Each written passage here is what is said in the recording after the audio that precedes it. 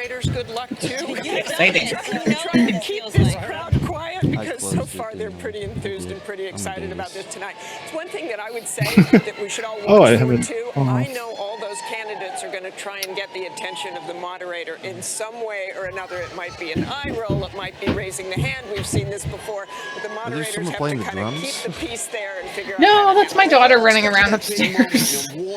She is loud when she runs. The two of them ganging up on Biden. But I'll The tell you, crowd should riot. one word of They caution should. here is That'd be fun. Democratic voters, you're out there talking to them almost every day. They want somebody that's going to take the fight to Donald Trump. They don't like the infighting among Democrats. There we go. And you There we mentioned those go. three top contenders. Hey, it's it's working now. Holy It's also crap. those folks on the Awesome. side, the flanks that we really have to watch. They need a I moment. lost my Castro feet. needs a moment tonight. Harris definitely needs a moment. There's a lot on the line for her. She came out on fire after that first debate. Her poll numbers Celeste shot and up, her Quarter here, endorsements shot awesome. up, her money Cool shot stuff.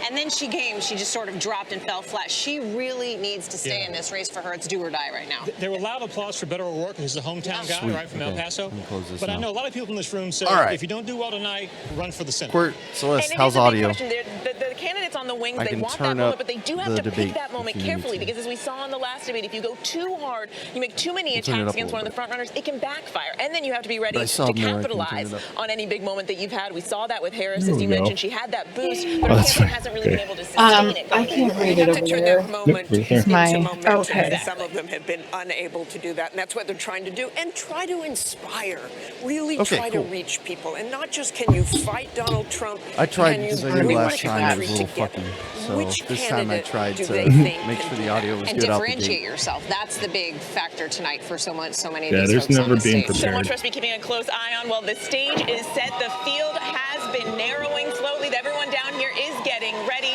Tom, back to you. Thanks so much. Last final That's thoughts. like, What are you why guys is hoping to there see delay tonight? on- Well, the pass the I torch just missed all arguments of it. stick, Tom. We saw it in the first debate. The millennials and the Gen X candidates have been hanging out in the wings. Can they resurrect that argument?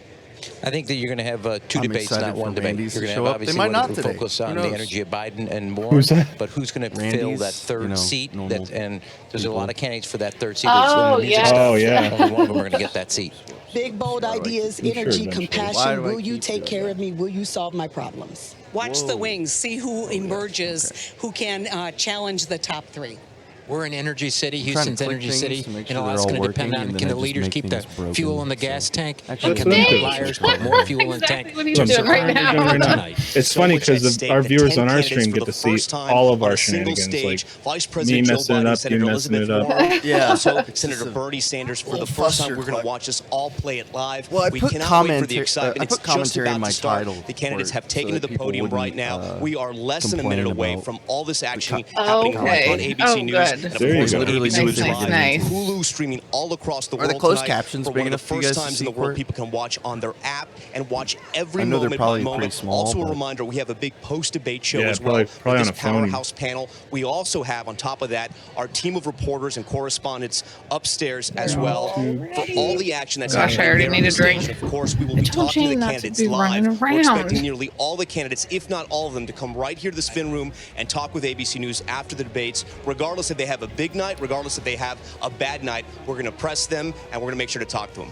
For us, we're done here now in the spin room. Let's get down to the main room, the debate hall. Chief Anchor George spin room. Stephanopoulos, he is 15 That's- seconds away What? from a major night How in fitting. politics. We thank you. Right?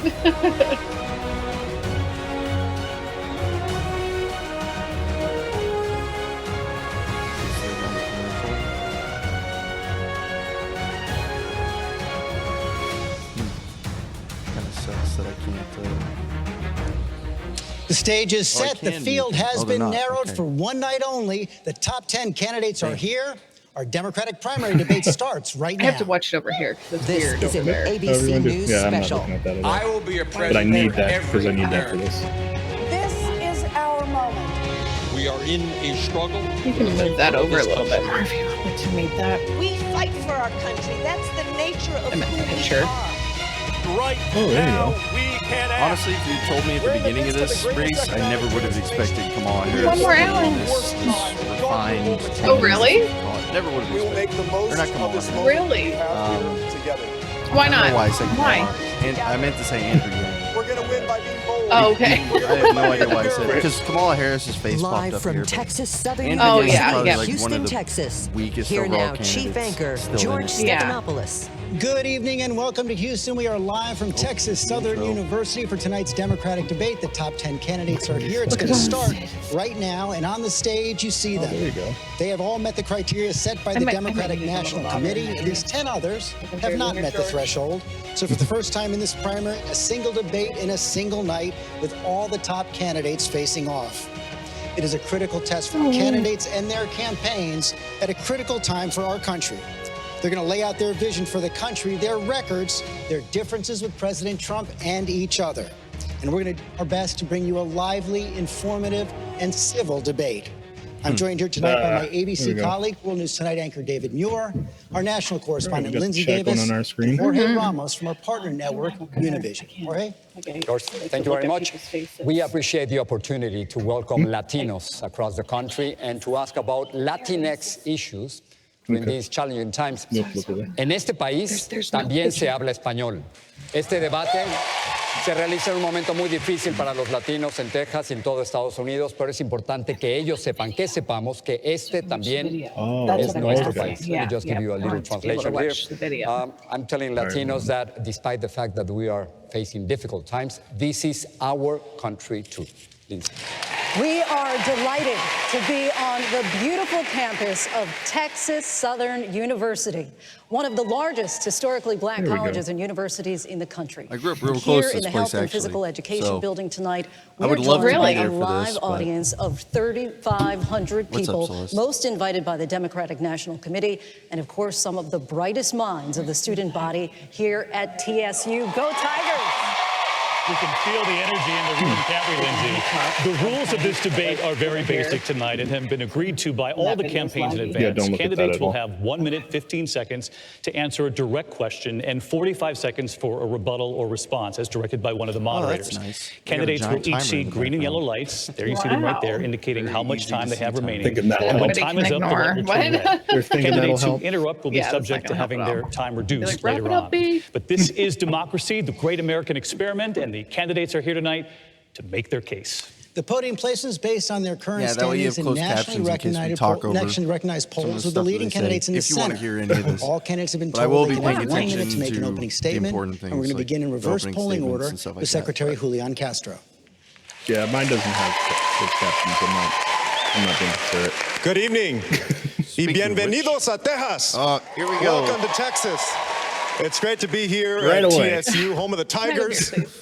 It just says speaking You know, in Spanish. I on love it. January 20th, 2021, at Oh, 12:01 this is p.m., gonna be all Spanish in we're going to Texas. have a Democratic president, a Democratic House, and a All right, Democratic let's get Senate. settled in. Bert says you look pretty. There man. will be life after Thank Donald you. Trump. Thank you so much. But the truth is that Oh, yeah. You our can see his if problems you want. didn't start just with Donald Trump. so tiny And for we me. won't solve them by embracing old ideas. Karen Kendra says it's We gay. need a bold vision. Universal pre-K and universal health care. Unleashing millions of new jobs in the clean energy economy.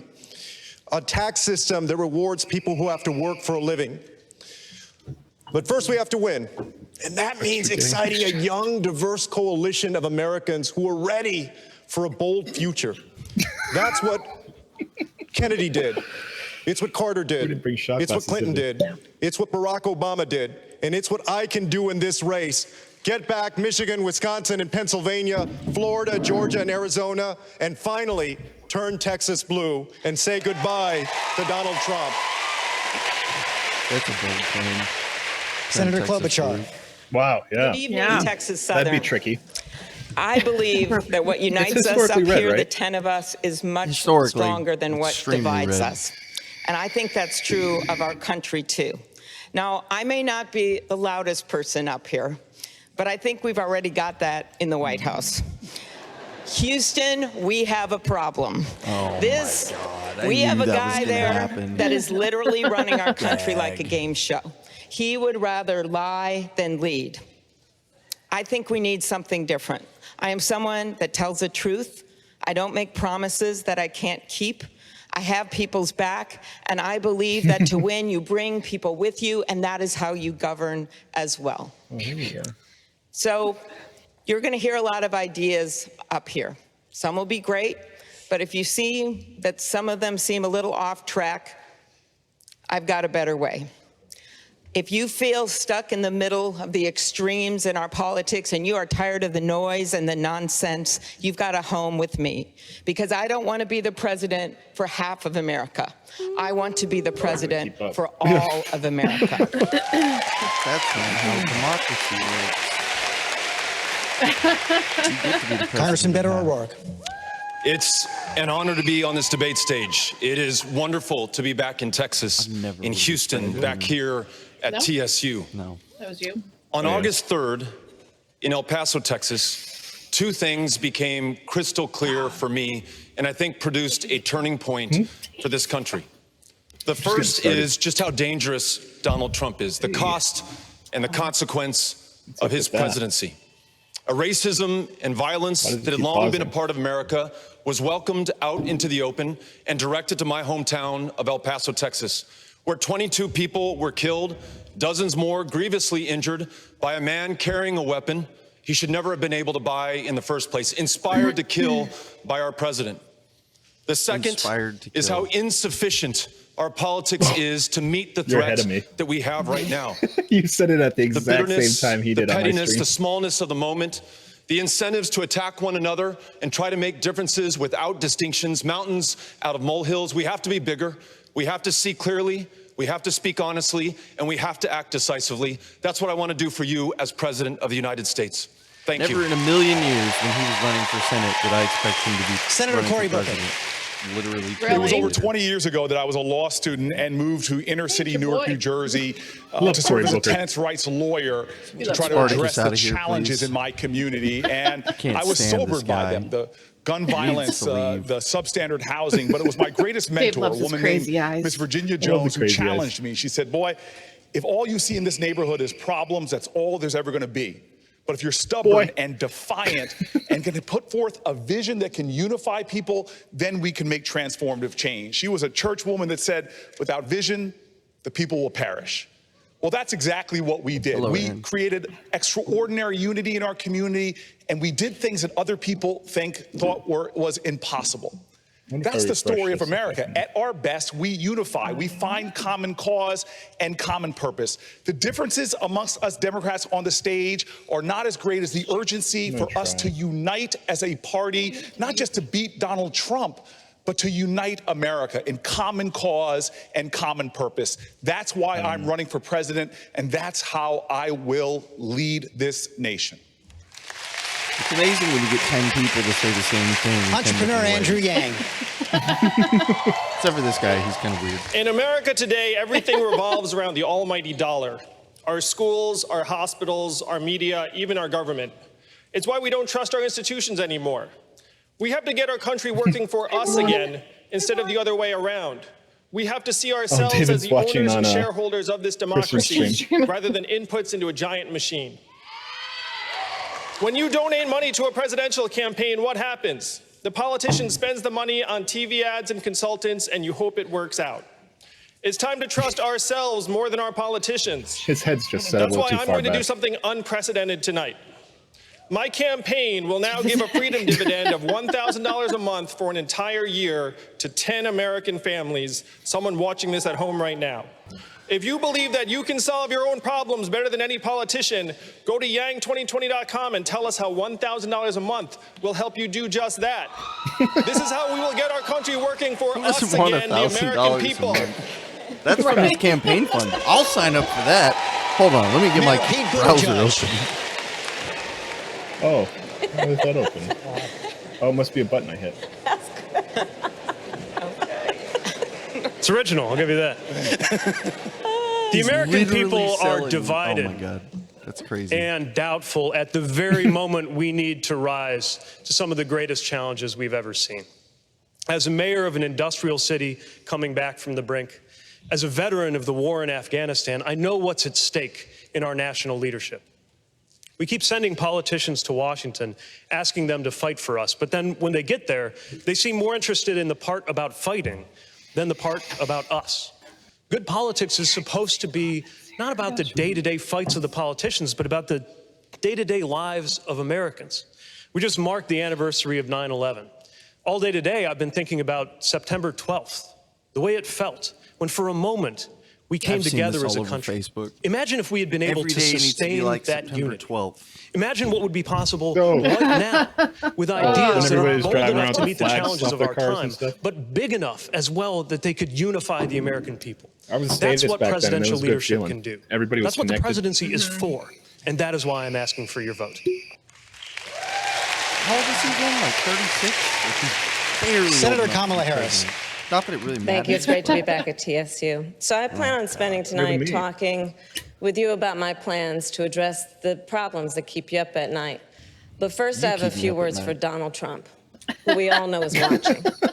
So President Trump, you've spent the last 2.5 years full-time trying to sow hate and division among us. And that is why we've got nothing done. You have I hate used the guy, hate, and I don't even say that. intimidation, fear, and over 12,000 lies as a way to distract from your failed policies and your broken promises. The only reason you've not been indicted is because there was a memo in the Department of Justice that says a sitting president cannot be charged with a crime. But here's what you don't get. What you don't get is that the American people are so much better than this. And we know that the vast majority of us have so much more in common than what separates us, regardless of our race, where we live, or the party with which we're registered. So you can really go out and shoot somebody? And I plan on focusing on our common issues, our common hopes and desires, and in that way unifying our country, winning this election, and turning the page for America. And now, President Trump, you can go back to watching Fox News. Good stuff. Yeah, I used to think she had a chance. I don't think she has a chance anymore. I think it's a good thing. I can't stand it. Senator Bernie Sanders. Oh, Aaron just signed up for those bags. Senator Sanders. Let me be blunt and tell you really what you don't hear much about in Congress or in the media. The finger waving. And that is, it goes without saying that we must and will defeat Trump, the most dangerous president in the history of this country. But we must do more. We must do more. We have got to recognize that this country is moving into an oligarchic form of society where a handful of billionaires control the economic and political life that man of a cough this drop. country. And as president, I am prepared to take them on. I love Celeste. Yes, we will raise the minimum wage to a living wage. Yes, we will finally make sure that every American has health care as a human right, not a privilege. Brandon, And does the yes, audio work? we will address the catastrophic crisis of climate change and transform our energy system away from fossil fuel. Senator Elizabeth says if you don't support Sanders, you need to self-reflect. So I was born and raised in Oklahoma, but I'm sure glad to be in Sanders is kind of Texas just like a tonight. cookie-cutter candidate now. So All three of my I don't brothers really served understand that. in I feel like military you'd be more of a bases here Warren in person. Texas. That was their ticket to the middle class. Me, I got my big opportunity about a half mile down the road from here at the University of Houston. At the back when it reservation. cost $50 a semester. For a price that I could pay for on a part-time waitressing job, I got to finish my 4-year degree and I became a special Celeste, needs Aaron's teacher. stealing your line for a meme. And after law school, my first big job was back here in Houston. By then, I had 2 little kids. And when childcare nearly brought me down, my Aunt Bee moved in and saved us all. The paths to America's middle class have gotten a lot smaller and a lot narrower. Today, service members are preyed upon by predatory lenders. Students are crushed by debt and families cannot afford childcare. I know what's broken. I know how to fix it, and I'm going to lead the fight to get it done. Typical Warren. I'm interested if she's going to bring up anything new today to try to boost her rankings. When President Kennedy announced the moonshot, That one's he a little used a loud, phrase Dave. that sticks with me my whole life. He said, we're doing it because we refuse to postpone. Well, I refuse to postpone one more minute. I never said I supported spending Warren. billions I of want to make that dollars very on clear. curing cancer, Alzheimer's, and other diseases, which if we invest in them, Will Smith, we I don't know if I can do. find cures. I refuse to postpone Yeah, I do. giving every single child in America, no matter their zip code, pre-K all the way through high school and beyond. I refuse to postpone any longer taking on climate change and leading the world in taking on climate change. Hey. Look, this is the United States of America. There's I never said I'm been a surprised single you don't solitary lean more time for Warren when than we've set our Sanders. mind to something we've not able to do it. We're walking around with our heads down like, woe is Oh, me. you're talking to Chet. We're the best equipped nation in Talking the to me? world to take this on. It's no longer time to postpone. We should get moving. There's enormous, enormous opportunities once we get rid of Donald Trump. Candidates, thank you. A little bit younger tonight Several of than you he said did you are last more time. He looked united really than divided, and sad that is certainly true. All of you sad agree on last one time. big thing, the goal of defeating Divided. President Trump, driving the country in a new direction. But out on the campaign trail, you have outlined Stunning. big differences over how far to go and how fast to go. And Vice President Biden, the differences between you and the senators on I kinda either zoned side out. of you Did he say tonight anything good? strike at the heart of this primary debate. Both Senators everyone Warren else said. and Sanders want to replace Obamacare Same stuff. with Medicare for all. You want to build on Obamacare, not scrap it. They propose spending far more than you to combat climate change and tackle student loan debt. And they would raise more in thanks, man. taxes than you to pay for Now their that you got programs. that pre-approved Are Senators sharing. Warren and Sanders pushing too far beyond where Democrats want to go and where the country needs to go? That'll be for the voters to decide that question. Let me tell you what I think. I think we should have a debate on health care. I think, I know that the senator He does says have, like, a she's for velvety, Bernie. gruff voice, well, I'm though. for Barack. I think the Obamacare worked. I think the way in which we add to it, replace everything that's been cut, add a public option, guarantee that everyone will be able to have affordable insurance, number one. Number two, I think we should be in a position of taking a look at what costs are. My plan for health care costs a lot of money. It costs $740 billion. It doesn't cost $30 trillion. $3.4 trillion a year, it turns out, is twice what the entire federal budget is. That's before it exists now, He's right, without though. interest on the debt. He's not How are we going lying. to pay for it? I want to hear tonight how that's happened. So as far, my distinguished friend, the senator on my left, has not indicated how she pays for it. And the senator has, in fact, come forward and said how he's going to pay for it, but he gets about halfway there. There's a lot of other things that need to be done. I have a bold plan to deal with making sure we triple the money for at-risk schools that are Title I schools from 15 to $45 billion a year. But I go down the line, and each of the things we're talking about, I lay out how I can pay for it, how I can get it done, and why it's better. Senator Warren, let me take that to you, particularly on what Senator Biden was saying there about health care. He's actually praised Bernie Sanders for being candid about his health care plan. That Senator says that Senator Sanders has been candid about the fact that middle-class taxes are going to go up and most of private insurance is going to be eliminated. Will you make that same admission? So let's be clear about health care, and let's actually start where Vice President did. We all owe a huge debt to President Obama, who fundamentally transformed health care in America and committed this country to health care for every human being. And now the question is, how best can we improve on it? And I believe the best way we can do that is we make sure that everybody gets covered by health care at the lowest No, I mean that they've been possible voting on it cost. for literally How do like we 3 pay for it? decades now. We pay for it. Oh, but for Those some at reason the it very doesn't pass. top, the richest individuals and the biggest corporations are Conservative going to pay more. governments for the last 3 And decades. middle-class families Until are Obama. going to pay less. That's how this is going to work. Direct question. You said middle-class families Be are going to nice, pay less, Caleb. but will middle-class We're in public. taxes go up to pay for the program? I know you believe that the deductibles and the premiums will go down. Will middle-class taxes go up? Will private insurance be eliminated? Look, what families have to deal with is cost, total cost. That's what they have to deal with. And understand, families are paying for their health care today. Families pay every time an insurance company says, sorry, you can't see that specialist. Every time an insurance company says, sorry, that doctor is out of Aaron is here. network. Just say hi to Sorry, we Aaron. are not covering that prescription. Families are paying Every time they don't get a prescription filled because they can't pay for it, they don't have a lump checked out because they can't afford the copay. What we're talking about here is what's going to happen in families' pockets, what's going to happen in their budgets. And the answer is on Medicare for All. Costs are going to go up for wealthier individuals, and costs are going to go up for giant corporations.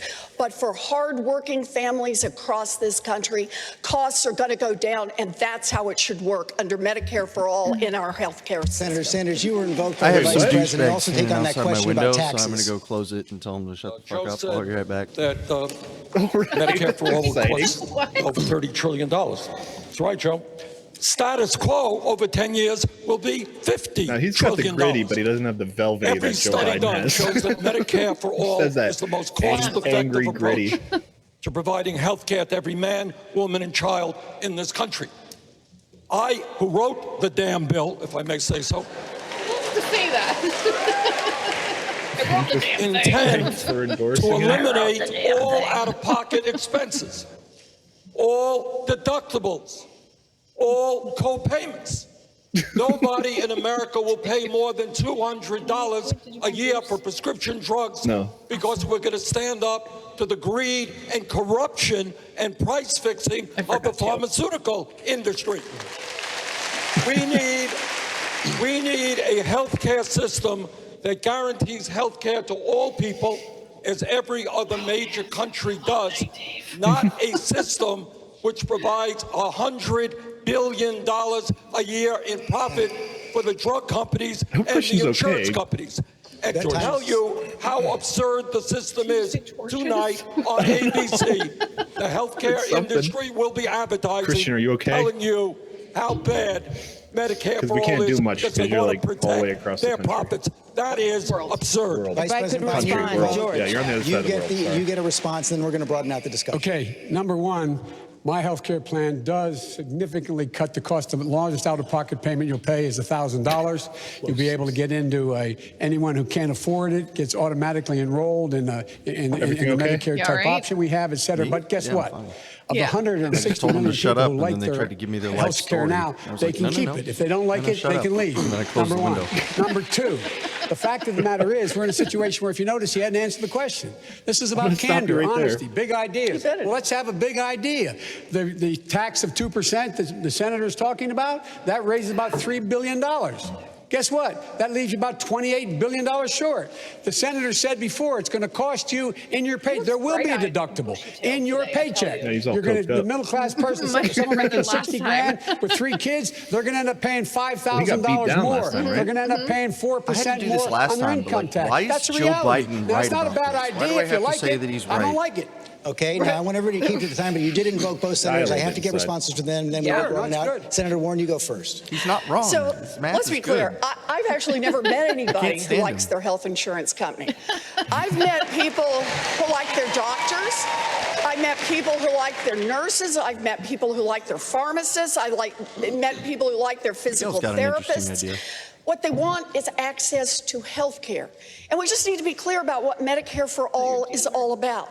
Instead of paying premiums into insurance companies and then having insurance companies build their profits by saying no to coverage, we're going to do this by saying everyone is covered by Medicare for All. Every health care provider is covered.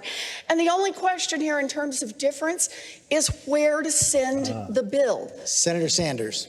Let us be clear, Joe.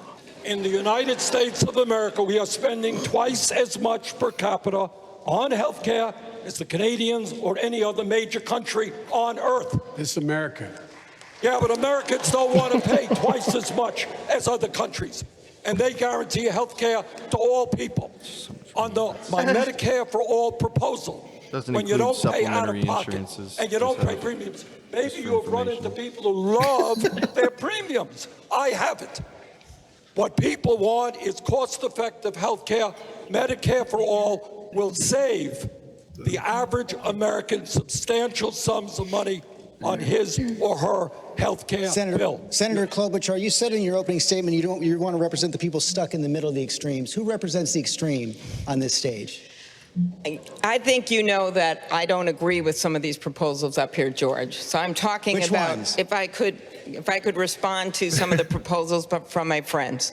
First of all, Senator Sanders and I have worked valiantly to bring down the cost of pharmaceuticals. That was a Klobuchar-Sanders amendment to allow for drugs to come in from less expensive countries like Canada.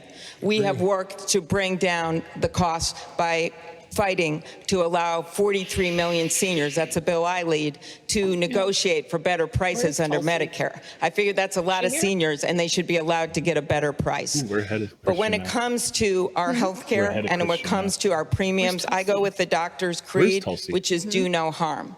And while Bernie wrote the bill, I read the bill. And on page 8 of the bill, it says that we will no longer have private insurance as we know it. And that means that 149 million Americans will no longer be able to have their current insurance. That's in 4 years. I don't think that's a bold idea. I think it's a bad idea. And what I favor is something that what Barack Obama wanted to do from the very beginning, and that is a public option, a nonprofit choice that will bring down the cost of insurance, cover 12 million more people, and bring down the prices for 13 million more people. It's the most ethical way to do it. That is a bold idea. Senator Warren, is the most ethical way to do it. page 8 of the bill, she says 149 people will lose their health insurance. I'm sorry. She said page 8 of the bill, 149 people will lose their health insurance. Current health insurance. 149 million. No. Sir, let's be clear about this. People will have access to all of their doctors, all of their nurses, their community hospitals, their rural hospitals. Doctors won't have to hire people to fill out crazy forms. They won't have to spend time on the phone arguing with insurance companies. People who have sick family members won't have to get into these battles. What this is about is making sure that we have the most efficient way possible to pay for health care for everyone in this country. Insurance companies last year sucked $23 billion in profits out of the system. How did they make that money? Every one of those $23 billion was made by an insurance company saying no to your health care coverage. Mayor Buttigieg. The problem, Senator Sanders, with that damn bill that you wrote, and that Senator Warren backs, is that it doesn't trust the American people. I trust you to choose what makes the most sense for you, not my way or the highway. Now, look, I think we do have to go far beyond tinkering with the ACA. I propose Medicare for all who want it. We take a version of Medicare, we make it available for the American people. Ready, sir. And if we're right, as progressives, that public alternative is better, then the American people will figure that out for themselves. I trust the American people to make the right choice for them. Why don't you? I don't Senator Sanders, 45 seconds.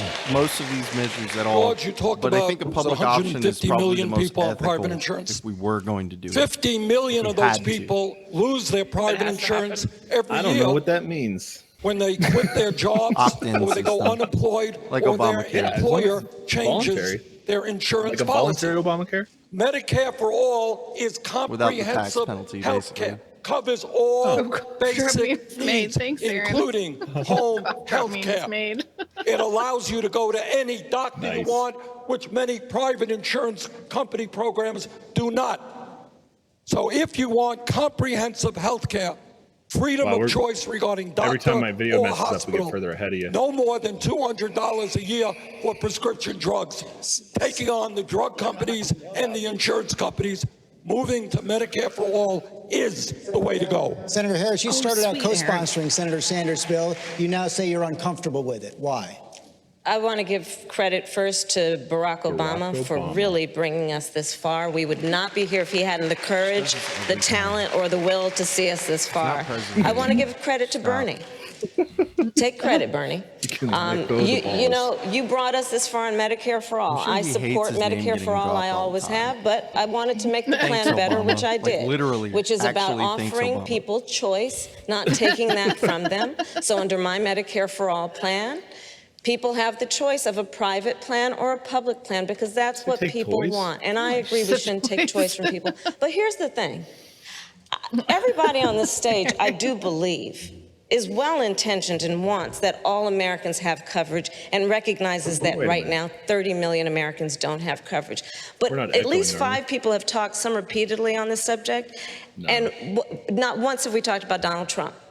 So let's talk about the fact that Donald Trump came into office and spent almost the entire first year of his term trying to get rid of the Affordable Care Act. We all fought against it, and then the late, great John McCain, at that moment at about 2 o'clock in the morning, killed his attempt to take health care from millions of people in this country. Fast forward to today, and what is happening?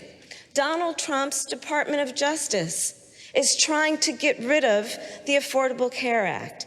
Donald Trump's administration is trying to get rid of the ban that we placed on denying people who have pre-existing conditions coverage. Donald Trump so everyone has is to love trying him to say now. that our kids up to the age of 26 can no longer be on our plans. And frankly, I think this discussion has given the American public a headache. Because it doesn't what matter they if want she to know wins. is that they're going to have health care, and cost will not none be a of those barrier to people in getting that room are it. gonna But vote let's for Trump. focus on the end goal. None of If we don't get Donald Not a Trump out single of one of them office, even he's going to get rid of considered all it. of it. George, 15 seconds. 15 seconds. Yeah, who's she pandering to? Let me get to Congressman O'Rourke and then bring you. Go ahead, Mr. Vice 15 President. seconds. Look, everybody says we want an option. The option I'm proposing is a Medicare for all, Medicare for choice. If you want Medicare, if you lose the job from your insurance company, from your employer, you automatically can buy into this. You don't have no pre-existing condition can stop you from buying in. You get covered, period. And if you notice, nobody's yet said how much it's going to cost the taxpayer. I hear this large savings. The president my friend from Vermont thinks that the employer is going to give you back if you negotiate his union all these years, got a cut in wages because you got insurance. They're going to give back that money to the employee? Matter of fact, they will. Well, let me tell you something. For a socialist, you got a lot more confidence in corporate America than I do. Senator Sanders. 1 minute, George. Go ahead. All right. Brutal. 2 points. I hate the guy, but he's You got to defend the fact that today, not only do we have 87 million people uninsured and underinsured, you got to defend the fact that 500,000 Americans are going bankrupt. You know why they're going bankrupt? Because they suffered a terrible disease, cancer or heart disease. Under my legislation, people will not go into financial ruin because they suffered with a diagnosis of cancer. And our program is the only one that does that. I know a lot about cancer. Let me tell you something. It's personal to me. Let me tell you something. Every single person who is diagnosed with cancer or any other disease can automatically become part of this plan. They will not go bankrupt because of that. They will not go bankrupt because of that. They can join immediately. And we're talking 4, 6, 8, 10 years, depending on what you talk about, before we get to Medicare for all. Come on. I've been there. You've been there. You know what it's like. People need help now, hope now, and do something now. Congressman O'Rourke. Yeah. They're still here. Oh, this guy. Thank you. Listen, I'm grateful that we all agree about the urgency of this challenge and the fact that Donald Trump is undermining the limited protections that we have right now. But I also think we're being offered a false choice between those who propose an all-or-nothing gambit, forcing tens of millions off of insurance that they like, that works for them, to force them onto Medicare, and others who want to, as a vice president does, incrementally improve what we have, which will still leave many, maybe millions, uninsured and uncared for in a state like Texas, where the largest provider of mental health care services is the county jail system. We've got to do better. And my proposal, Medicare for America, says everyone who's uninsured will be enrolled in Medicare. Everyone who's insufficiently insured, cannot afford it, can move over to Medicare, and those like members of unions who fought for the health care plans that work for them and their families are able to keep them. That is the best possible path forward. Health care is the top issue for everyone in the country. I want to make sure everyone gets 1 minute to respond. So Secretary Castro, Andrew Yang, and then Senator Booker, you all get a minute. Thank you. And, I also want to recognize the work that Bernie has done on this. And, of course, We owe a debt of gratitude to President Barack Obama. Of course, I also work for President Obama, Vice President Biden, and I know that the problem with your plan is that it leaves 10 million people uncovered. Now, on the last debate stage in Detroit, you said that wasn't true when Senator Harris brought that up. There was a fact check of that, and they said that was true. I grew up with a grandmother who had type 2 diabetes, and I watched her condition get worse and worse. But that whole time, she had Medicare. I want every single American family to have a strong Medicare plan available. If they choose to hold on to strong, solid private health insurance, I believe they should be able to do that. But the difference between what I support and what you support, Vice President Biden, is that you require them to opt in. And I would not require them to opt in. They would automatically be enrolled. They wouldn't have to buy in. That's a big difference because Barack Obama's vision was not to leave 10 million people uncovered. He wanted every single person in this country covered. I'm sorry if you care about my plan would do that. Your plan would not. They do not have to buy in. They do not have to buy in. You just said that. You just said that 2 minutes ago. You just said 2 minutes ago that they would have to buy in. You said they would have to buy in. To buy in. If you qualify, are you forgetting what you said 2 minutes ago? I'm Latino, and nobody has the balls to say that up there. Just 2 minutes ago? I mean, I can't believe that you said 2 minutes ago that they had to buy in, and now you're saying they don't have to buy. You're forgetting that. I mean, look, grandmother who has no money. We need a healthcare system. You're automatically enrolls people, regardless of whether they choose to opt in or not. If you lose your job, for instance, his health care plan would not automatically enroll you. You would have to opt in. My health care plan would. That's a big difference. I'm fulfilling the legacy of Barack Obama, no matter and you're not. who it is. I'll be surprised to him. It's not even like a competitive honesty. This is why presidential debates are becoming unwatchable. This reminds everybody of what they cannot stand about Washington. Scoring points against each other, poking at each other, and telling each other that you're my plan, your plan. Look, we all that's called a Democratic primary election. That's called an election. That's an election. This is what we're here for. It's an election. Yeah, but a house divided cannot stand. And that is not how we're Look, everyone, we know we're on the same team here. We know we're on the same team. We all have a better vision for health care than our current president. And I believe we're talking about this the wrong way.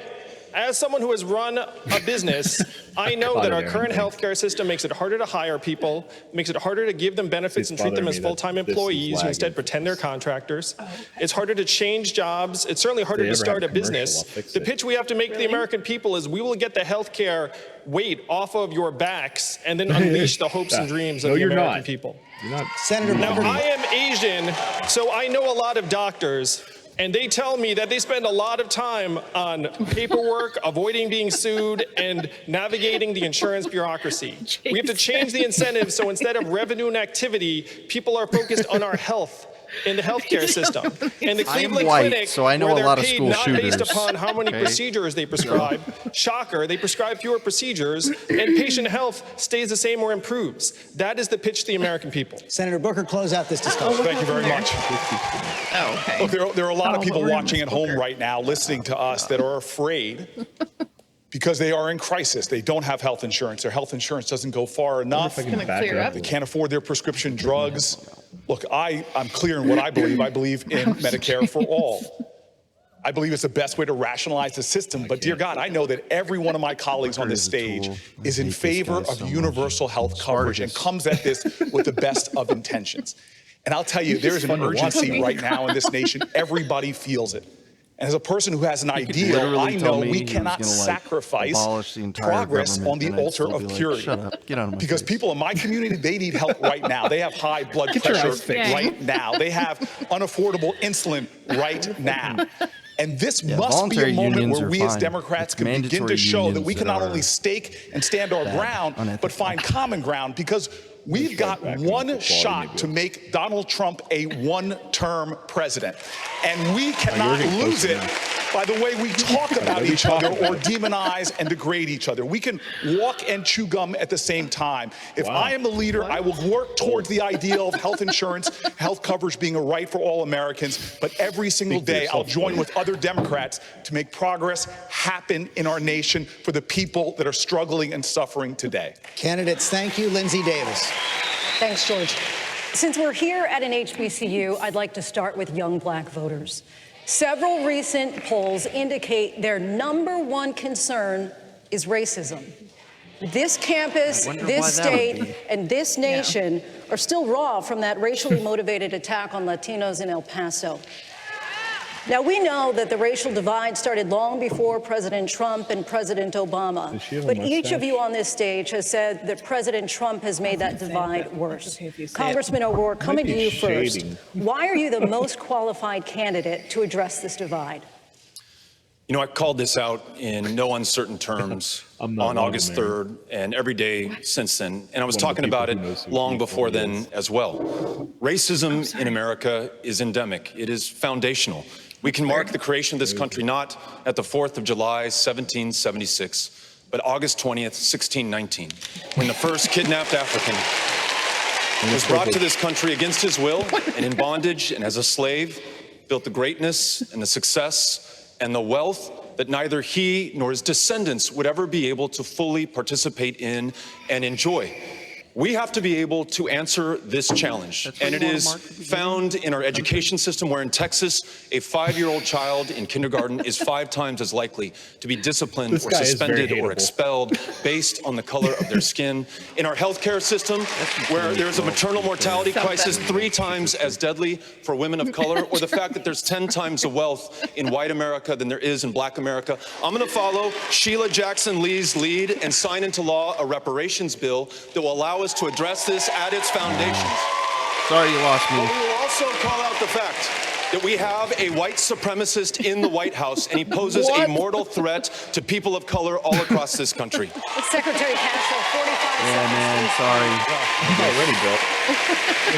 I want to commend Beto for how well he has spoken to the passion and the frustration and the sadness after what happened in his hometown of El Paso. He's done a great job with that. Look, a few weeks ago, a shooter drove 10 miles inspired by this 10 hours inspired by this president to kill people who look like me and people who look like my family.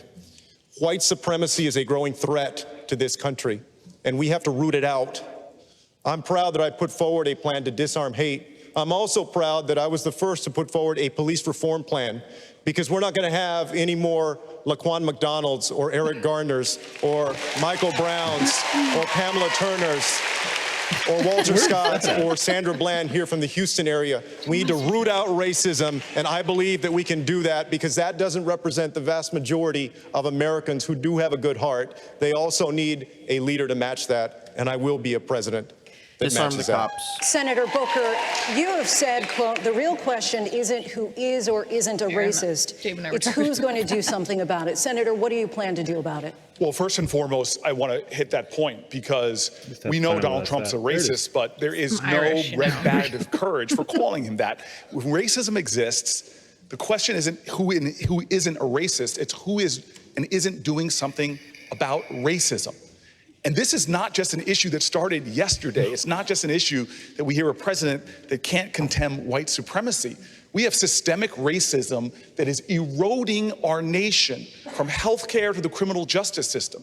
And it's nice to go all the way back to slavery, but dear God, we have a criminal justice system that is so racially biased. We have more African Americans under criminal supervision today than all the slaves in 1850. We have to come at this issue attacking systemic racism, having the courage to call it out, and having a plan to do something about it. More slaves if I am president of the United States, we will create an office in the White House to deal with the problem of white supremacy and hate crimes. And we will make sure that systemic racism is dealt with in substantive plans, from criminal justice reform to the disparities in healthcare, to even one that we don't talk about enough, least they're not down which here. is the racism that we see in environmental injustice in communities of color all around this country. Miguel, I won't say Mayor I've never Buttigieg, seen racism. You've been struggling with issues around race in your own community. You've also said that anyone who votes to re-elect President Trump is at best looking the other way on racism. Does that sort of talk alienate voters and potentially deepen divisions in our country? I believe what's deepened divisions in the country is the conduct of this president, and we have a chance to change all of that. Look, systemic racism preceded this president, and even when we defeat him, it will be with us. That's why we need a systemic approach to dismantle it. It's not enough to just take a racist policy, replace it with a neutral one, and expect things will just get better on their own. Harms compound. In the same way that a dollar saved compound, so does a dollar stolen. And we know that the generational theft of the descendants of slaves is part of why everything from housing to education to health to employment basically puts us in two different countries.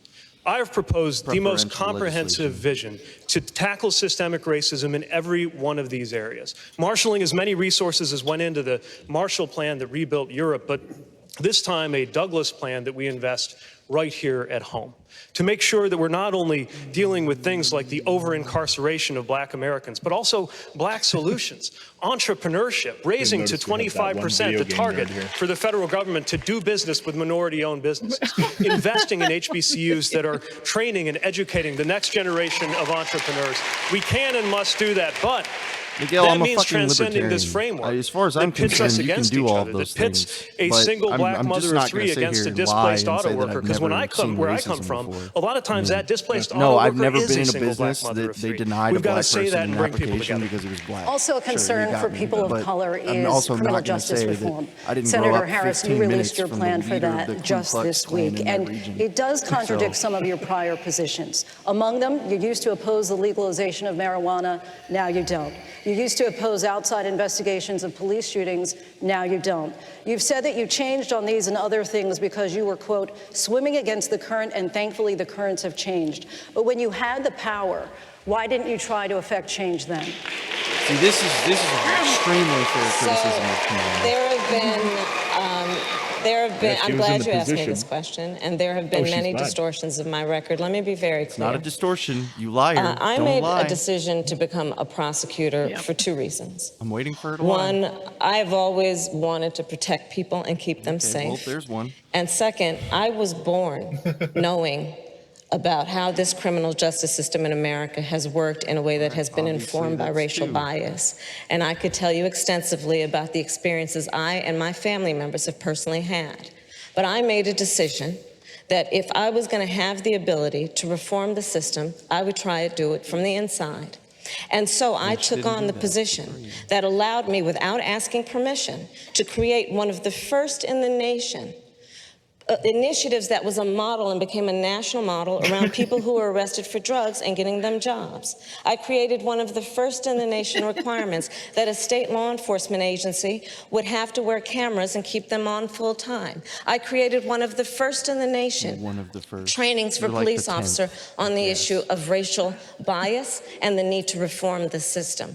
Was I able to get enough done? Absolutely not. But my plan has been described by activists as being a bold and comprehensive plan that is about ending mass incarceration, about taking the profit out of the criminal justice system. I plan on shutting down for-profit prisons on day one.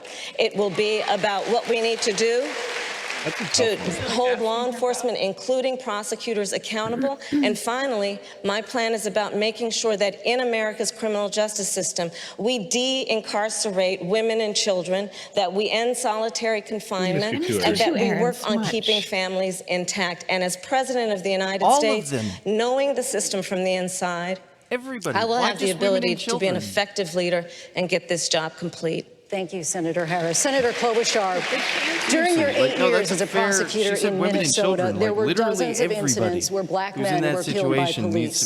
Critics say that too often you sided with police in these cases. The ACLU's legal director in Minnesota has said that you showed no interest in racial justice. Do you wish now that you had done more? No. That's not my record. We are here at a historically Black college. You're the most milquetoast And I think of an person on alum this of that fucking college, stage. Barbara Jordan, and something that she once said. She said, what the people want is simple. They want a country as good as its promise. And that same can be said of the criminal justice system. So when I was there, the way we handled these police shootings, I actually took a stand to make sure outside investigators handled them. I took on our major police chief in Minneapolis, but in the prosecutor's office, they were handled with the grand jury. That's how they were all handled across our state. I now believe it is better for accountability if the prosecutor handles them and makes those decisions herself. That aside, I am proud of the work our staff did, 400 people in our office. The cases that came to us, the African-American community that came to us, they said there was no justice for their little kids. There was a kid named Byron Phillips that was shot on his front porch. No one had bothered to figure out who did it. When I came into that office, we worked with the community groups, we put up billboards, we found the shooter, and we put him in jail. We did the same for the killer of a little girl named Taisha Edwards, who was doing her homework at her kitchen table and was shot through the window. What changes did we make? Go after white-collar crimes in a big way. Diversify the office in a big way. I am 100% okay with saying that there are still policies in effect in policing and as a senator and as your president, I will make sure that we don't just do the First Step Act when it comes to criminal sentencing, that we move to the Second Step Act, which means the 90% of people that are incarcerated in local and state jails. Let's reduce those sentences for nonviolent offenders, and let's get them jobs and let them vote when they get out of prison. Thank you, Senator Klobuchar. You all believe that the war on drugs has put too many Americans behind bars. Right here. See, Vice President Biden, you have a plan to release many nonviolent drug offenders from prison. Senator Booker says that your plan is not ambitious enough. Your response? Well, first of all, let me say that when I came back from law school, I had a job with a big-time law firm. I left and became a public defender because my state was under siege. When Dr. King was assassinated, we were occupied by the National Guard for 10 months. I've been involved from the beginning. As a young congressman, as a young councilman, I introduced legislation to try to keep them putting a sewer plant in the poor neighborhood. I made sure that we dealt with redlining. Banks should have to lend where they operate, et cetera. The fact of the matter is that what's happened is that we're in a situation now where there are so many people who are in jail and shouldn't be in jail. The whole means by which this should change is the whole model has to change. We should be talking about rehabilitation. Nobody should be in jail for a nonviolent crime. As when we were in the White House, we released 36,000 people from the federal prison system. Nobody should be in jail for a drug problem. They should be going directly to a rehabilitation. We build more rehabilitation centers, not prisons. I'm the guy that put in the drug courts to divert people from the criminal justice system. And so we have to change the whole way we look at this. And we put people in prison, we have to equip them when they get out. Nobody who got in prison for marijuana, for example, immediately upon being released, they shouldn't be in there for that should be a misdemeanor. They should be out and their record should be expunged. Every single right should be returned. When you finish your term in prison, you should be able not only vote, but have access to Pell Grants, have access to be able to get housing, have access to be able to move along the way. I've laid out a detailed plan along those lines. And the fact is we've learned so much more. Thank you, Mr. Vice President. Senator Booker, 45 seconds to respond. Change people's fucking lives. Our criminal justice system is so savagely broken. There's no difference in America between blacks, whites, and Latinos for using drugs or dealing drugs. But if you're African American, you're almost 4 times more likely to be arrested and incarcerated, destroying your lives.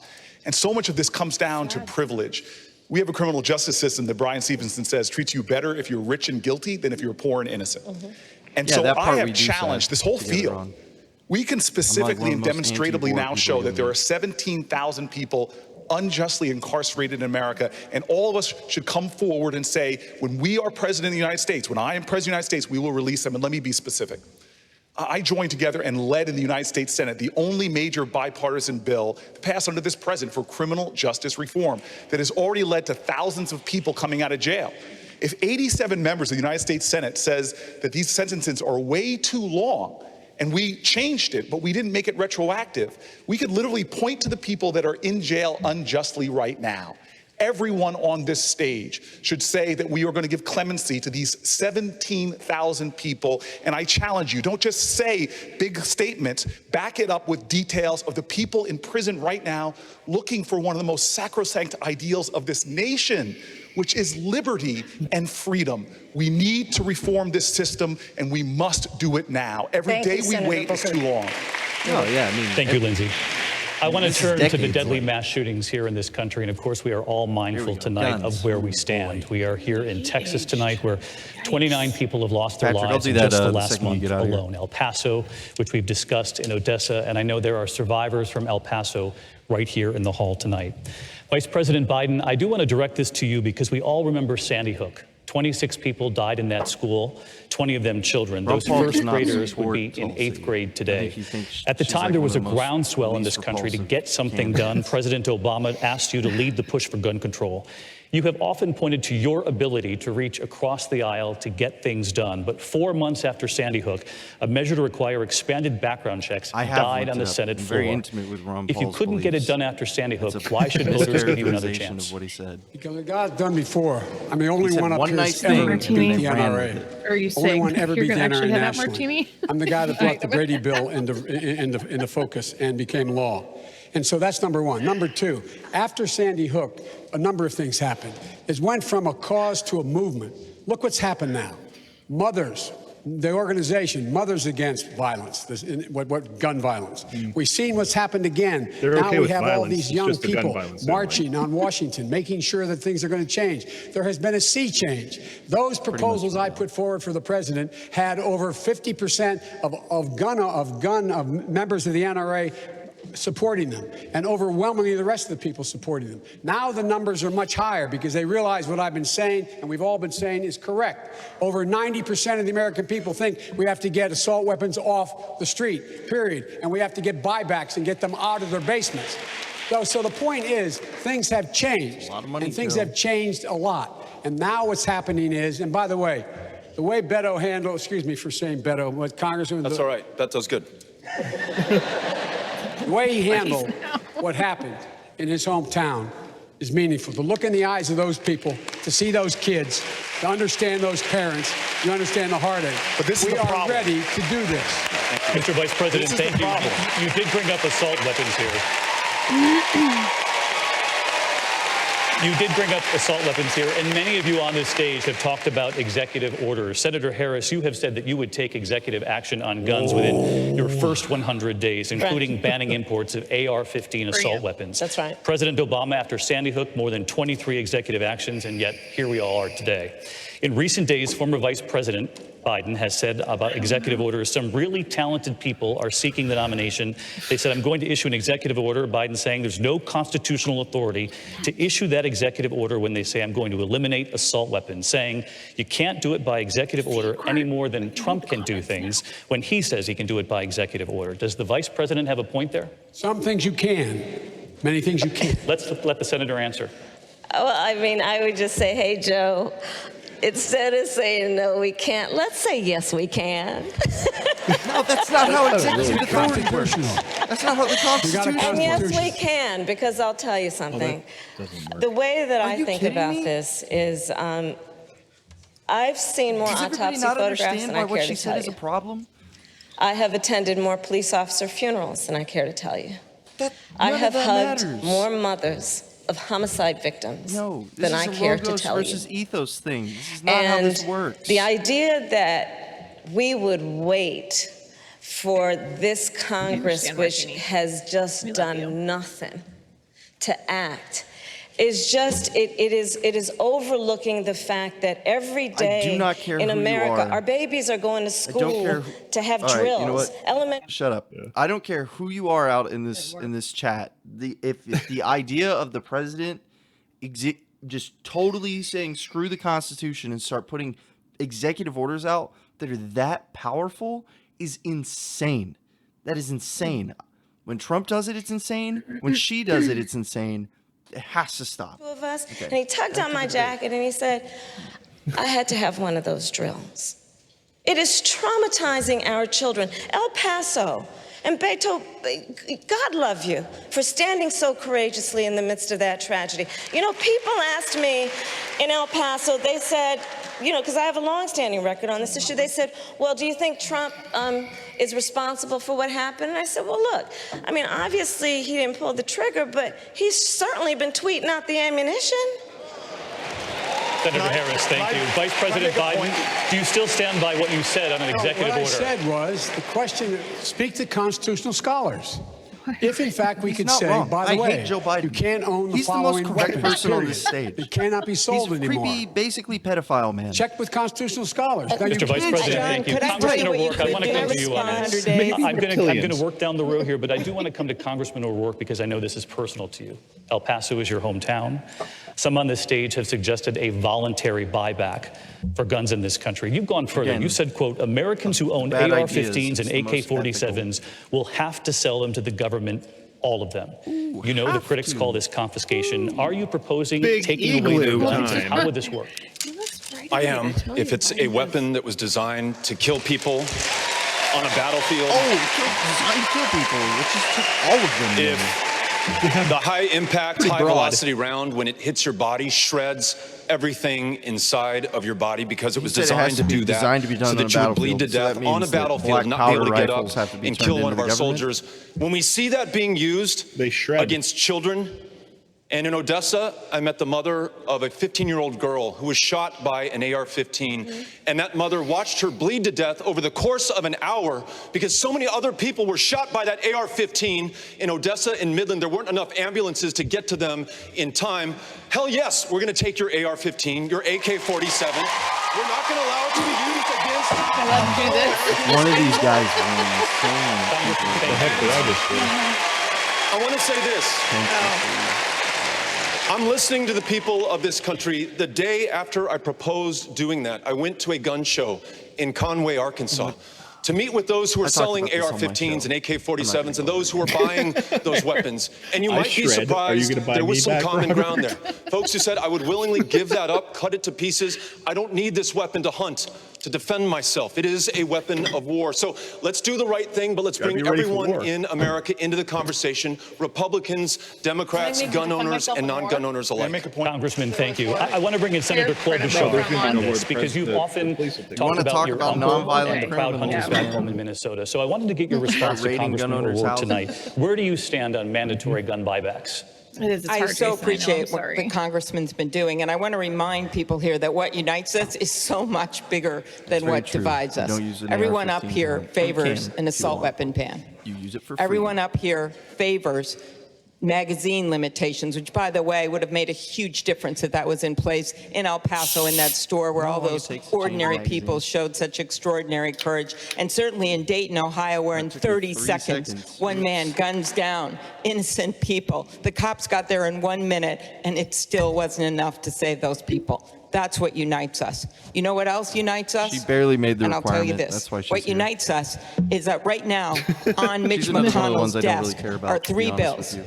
Universal background checks, closing the Charleston loophole, and passing my bill to make sure that domestic abusers don't get AK-47. Hillary said spicy We're going to get something done. And I personally think we should start with a voluntary buyback program. That's what I think, David. But I want to finish this because if you want action now,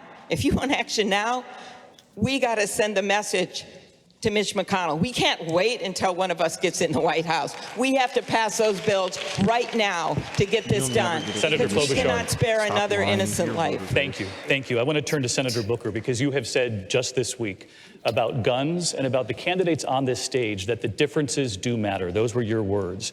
You have argued if you need a license to drive a car in this country, you should have a license to buy a gun.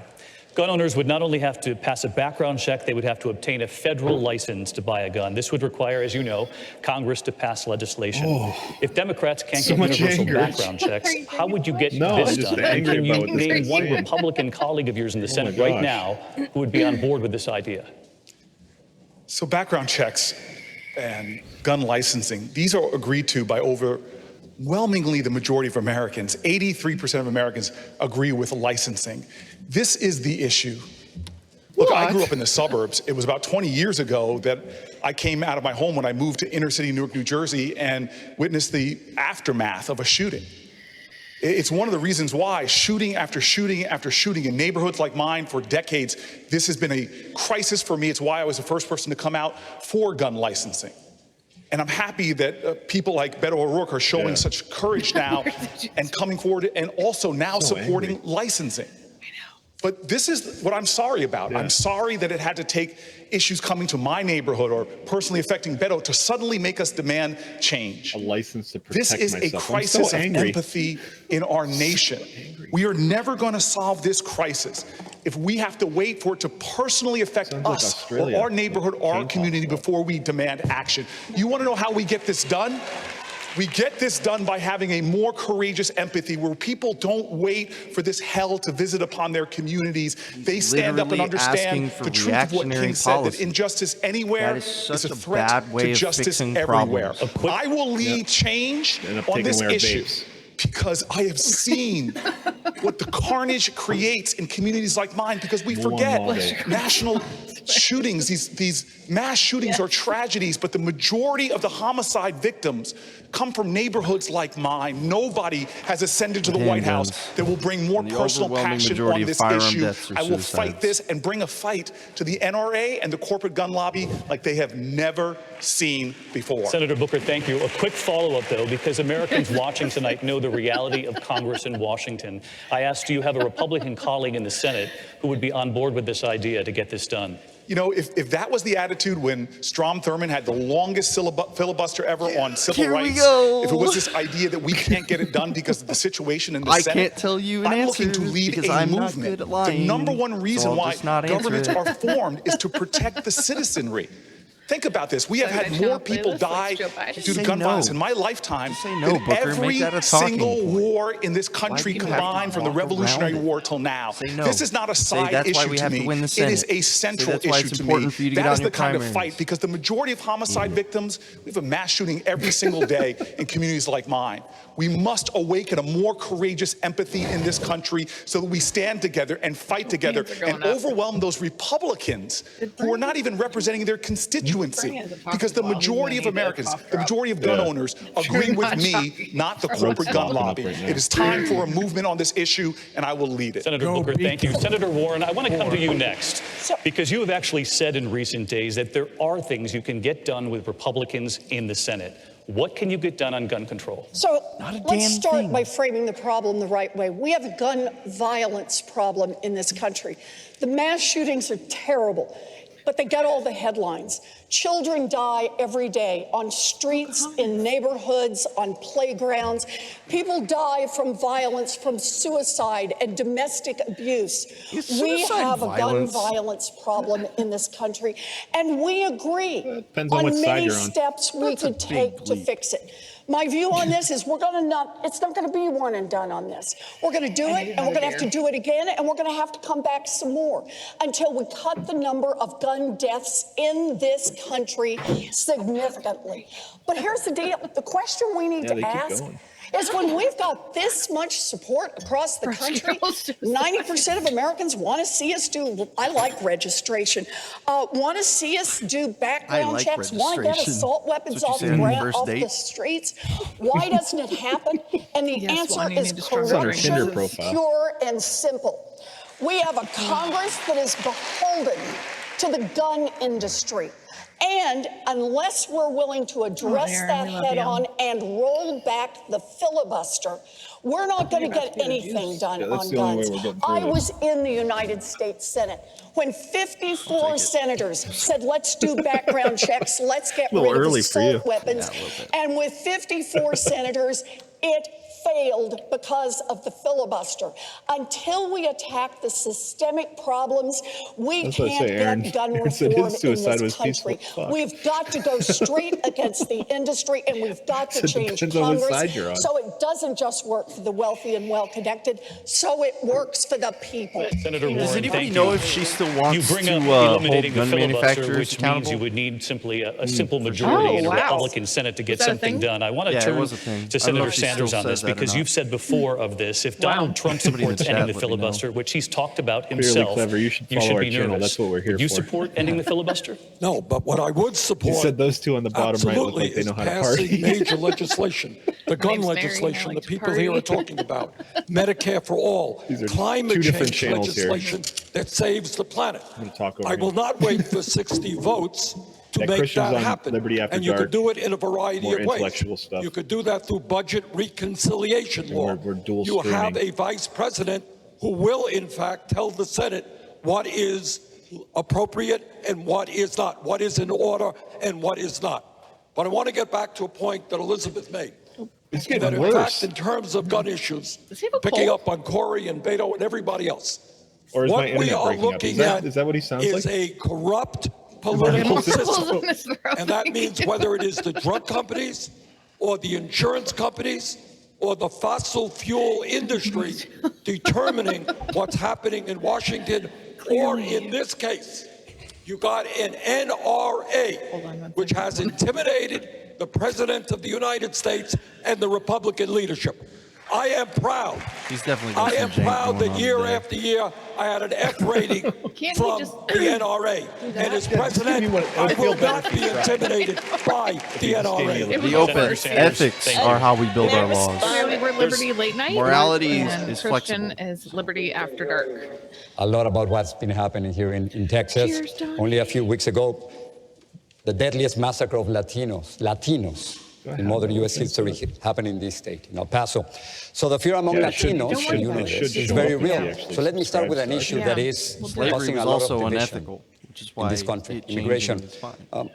Vice President Biden, as Ethics a are presidential hard. candidate in 2008, They're not flexible. you supported the border wall, saying, unlike most Democrats, I voted for 700 miles of fence. This is what you said. Actually, Then you served as vice president in an administration that deported 3 million people, It's not true. the Okay. most I'm sure ever we have in U.S. plenty of history. moral disagreements. Did you do And anything I wouldn't call you to prevent those dumb, deportations? so unless you're I trying mean, to call you've been me asked this dumb. question before and refused to answer, so let me try once Can you again. use English? Are you prepared to say tonight that you and President Obama made a mistake about deportations? Why should Latinos trust you? What Latinos should look at is comparing this president to the president we have is outrageous. Number one, we didn't lock people up in cages. We didn't separate families. We didn't do all of those things. Number one. Number two, by the time this is the president who came along with the DACA program. Hey, No one had thanks, ever done Jason. that before. This is the president who sent legislation to the desk saying he wants to find a pathway for the 11 million undocumented in the United States of America. This is the president who's done a great deal. So I'm proud to have served with him. What I would do as president is several more things because things have changed. Not everybody I would, in is, yeah. fact, make sure that we immediately surge to the border. All those people are seeking asylum. They deserve to be heard. That's who we are. We're a nation that says if you want to flee and you're fleeing oppression, you should come. I would change the order that the president just changed, saying women who were being beaten and abused could no longer claim that as a reason for asylum. And by the way, retrospectively, you know, the 25th anniversary of the Violence Against Women Act is up. The Republican Congress has not reauthorized it. Let's put pressure on them to pass the Violence Against Women Act now. But then Yeah, we'll but go back. you didn't answer the question. Well, The I question did is, answer the question. did you make a mistake with those deportations? The president did the best thing that was able to be done at the How about time. you?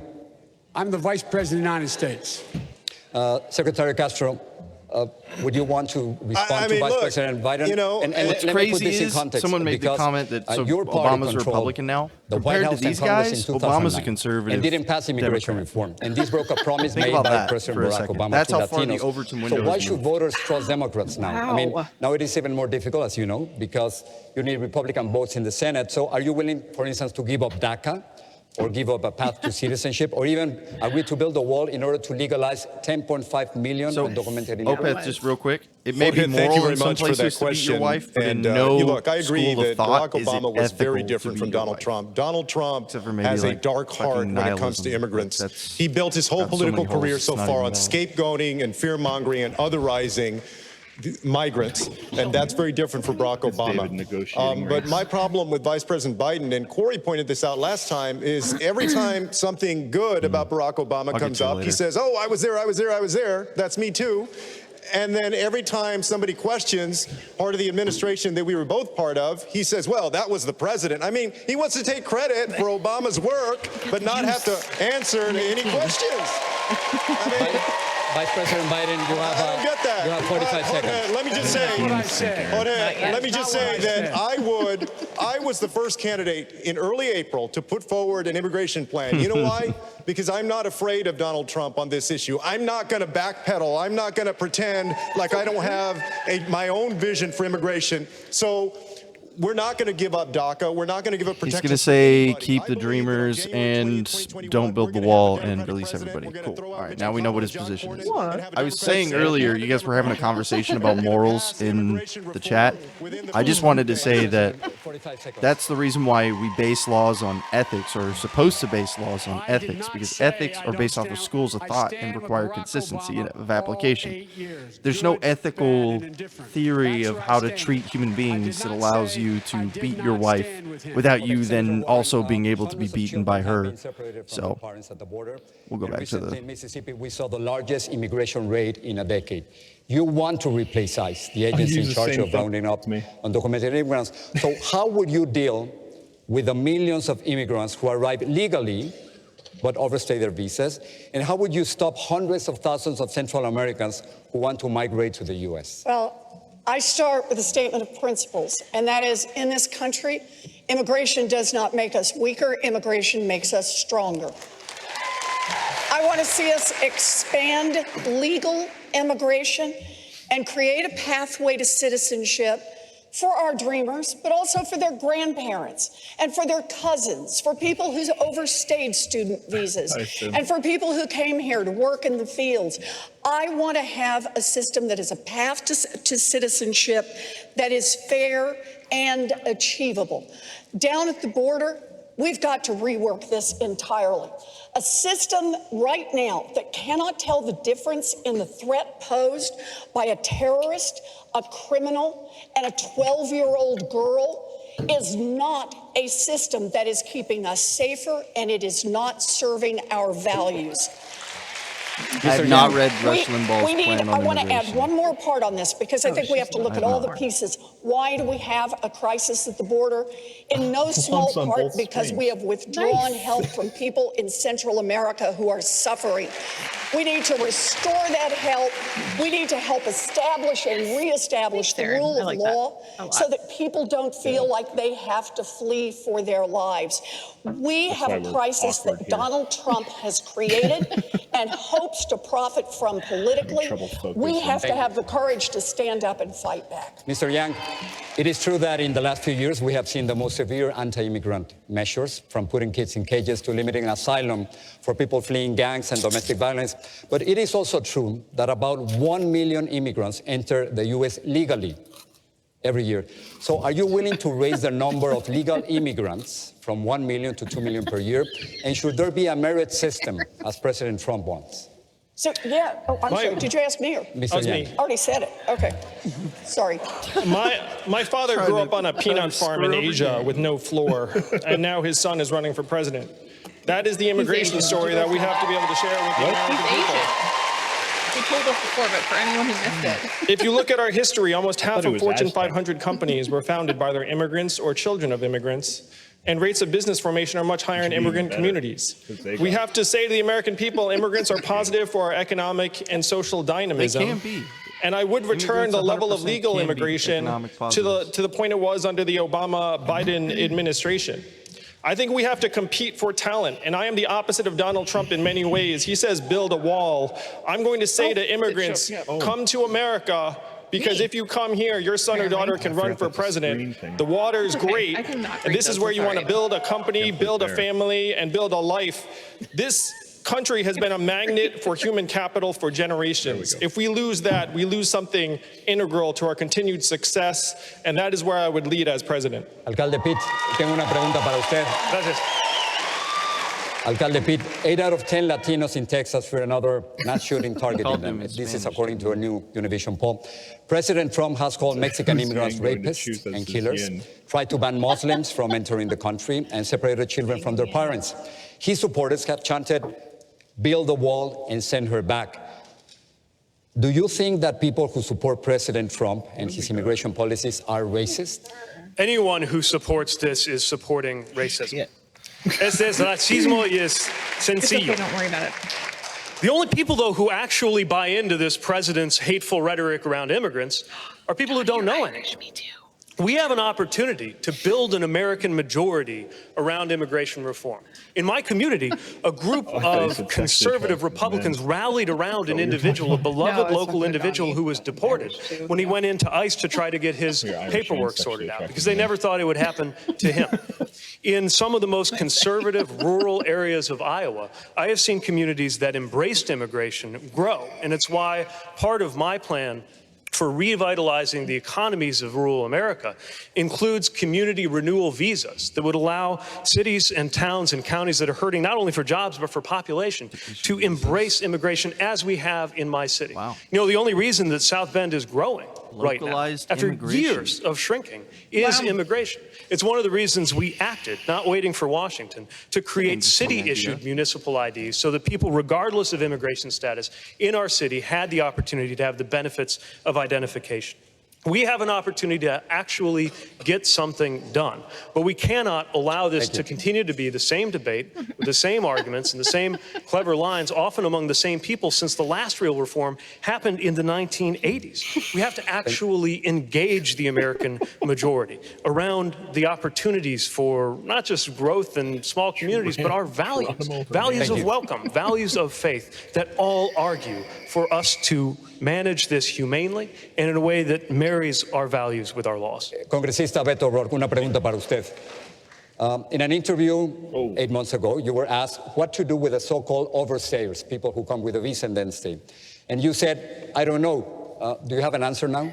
I do, and if you read the rest of that article in the Washington Post, I talked about harmonizing our entry-exit system with Mexico in the same way that we do with Canada. I think that could help us to keep a handle on visa overstays, but I think the larger question that we're trying to get at is how do we rewrite this country's immigration laws in our own image, in the image of Houston, Texas, the most diverse city in the United States of America, in the image of El Paso, Texas, one of the safest cities in the United States of America, safe not despite the fact that we are a city of immigrants, safe because we are a city of immigrants. Conocemos que si queremos asegurar nuestras comunidades y nuestro país, necesitamos tratar cada persona con respeto y dignidad. I will lead an effort to make sure that we rewrite our immigration laws in that way. Never cage another child. Make sure that there is accountability and justice for the 7 lives lost under our care and our custody, but also face the fact that Democrats and Republicans alike voted to build a wall that has produced thousands of deaths of people trying to cross to join family or to work a job, that we have been part of deporting people, hundreds of thousands just in the Obama administration alone who posed no threat to this country, breaking up their families. Democrats have to get off the back foot. We have to lead on this issue because we know it is right. Legalize America. Begin with those more than 1 million dreamers. Make them U.S. citizens right now in their true home country, and extend that to their parents, their sisters, and their brothers, and ensure that we have a legal, safe, orderly system to come to this country and add to our greatness here. Thank you, George. Jorge, thank you. We're going to take a quick break. When we come back, national security, foreign policy, the impact on American jobs and U.S. troops. Holy shit, they went the whole hour and a half. Yeah, and then they got another hour and a half. We're almost we're halfway there, guys. We can get through this. Halfway there, everybody. All right. Well, I think. Also, props to Christian, who woke up on the other side of the world today and is watching this to start his day. Yeah. This is starting his day. Morning. At least we get to get drunk and go to sleep and forget all this ever happened. He has to be awake for the rest of the day now. Oh, yeah. And I'm sure I'll be doing a recap after this whole thing is over. Great. Yeah, we haven't been paying enough attention. We need your recap, Christian. We get distracted easily. Yeah. You know, I mean, it's really easy for me to sit here and listen to what they're saying and then say like, well, that's wrong and this is right. And this person, why am I agreeing with this person? Why is he right? Why is he the one on stage that's right? Like I said that with Joe like 3 times. Joe would say something to the effect of like, this is going to cost way more money than your plan allows for increase in revenue. And I'm like, well, your plan sucks too, Joe, but you're right. You know what I mean? It's like I can say I don't like you. I can say I disagree with you, but it's just not intellectually honest to say he's wrong. He's not wrong. He's right. And it's also just fair to say that an opt-in system is more ethical than any system that is either non-voluntary or eliminates private insurance or both. Yeah. Those things are inherently less ethical because they remove consumer choice. And there's a difference. Some people say, okay, well, there's an opt-out, right? You're automatically in. It's an opt-out, right? Then that just means that you've already been put into the system without your consent to begin with.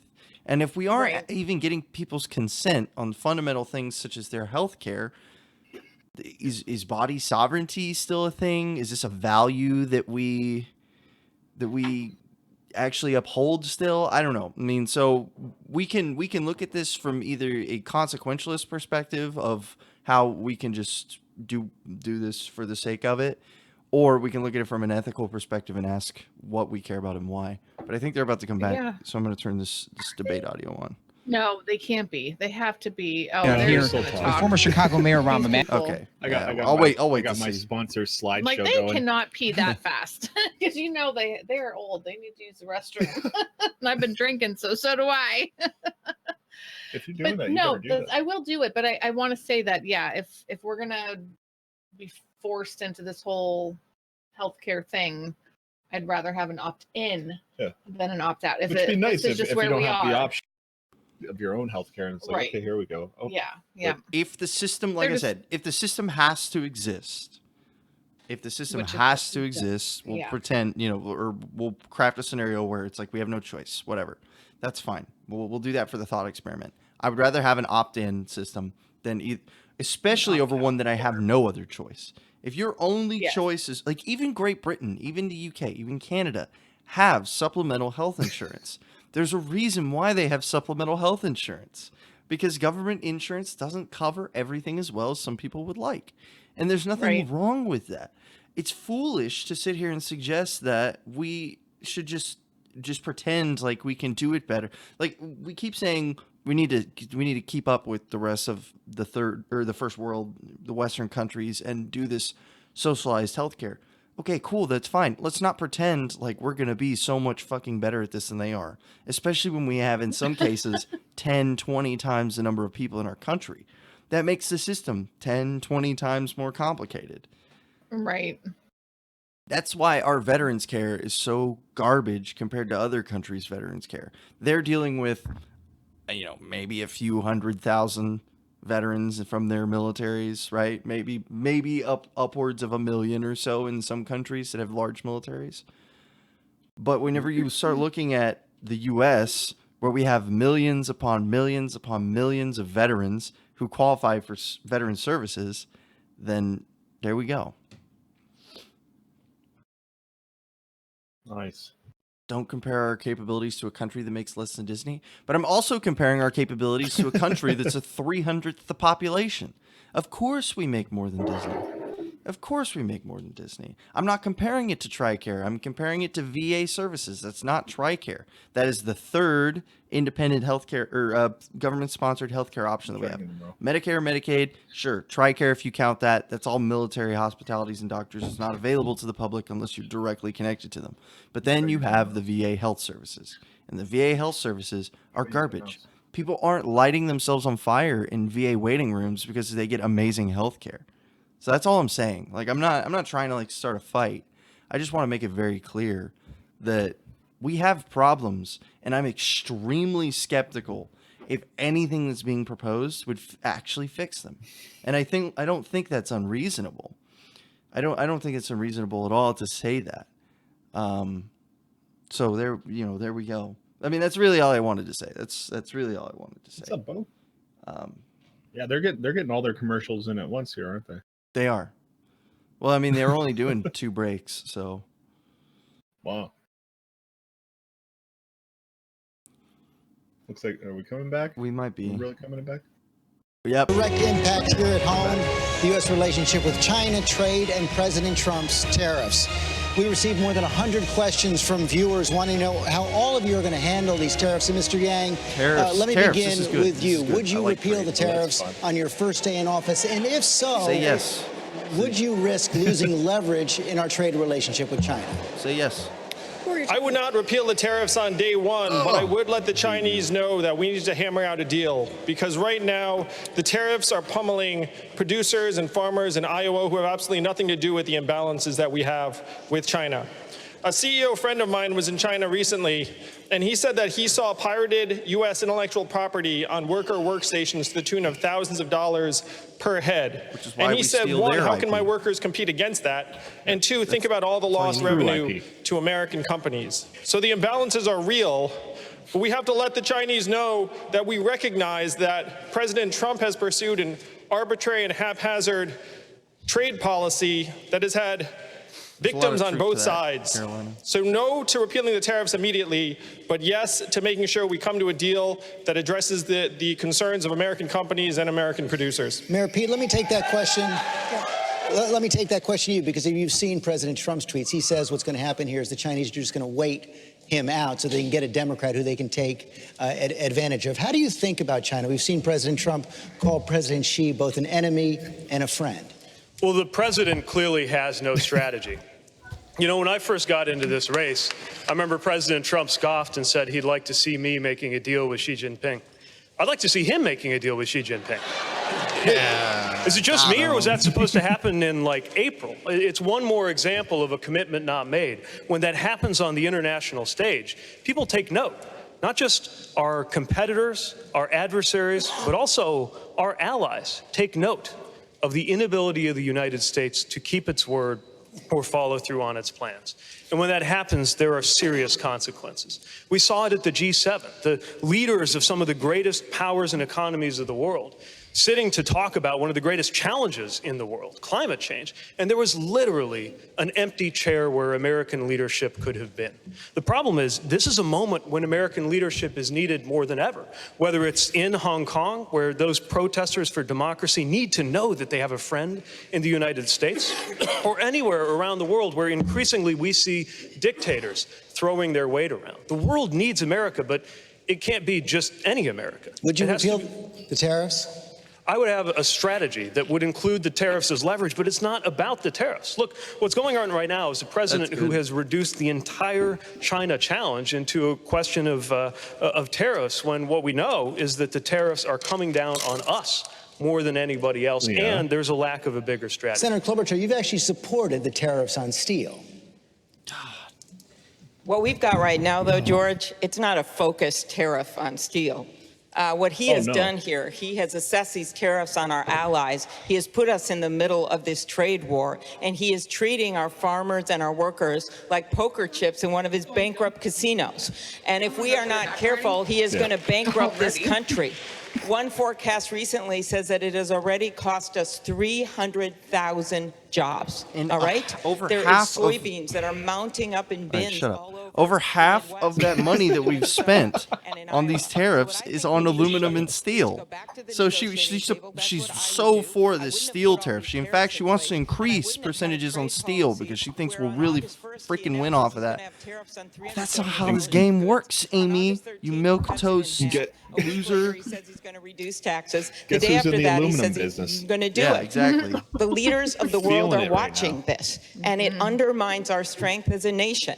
And yes, we want fair trade, but we must work with the rest of the world.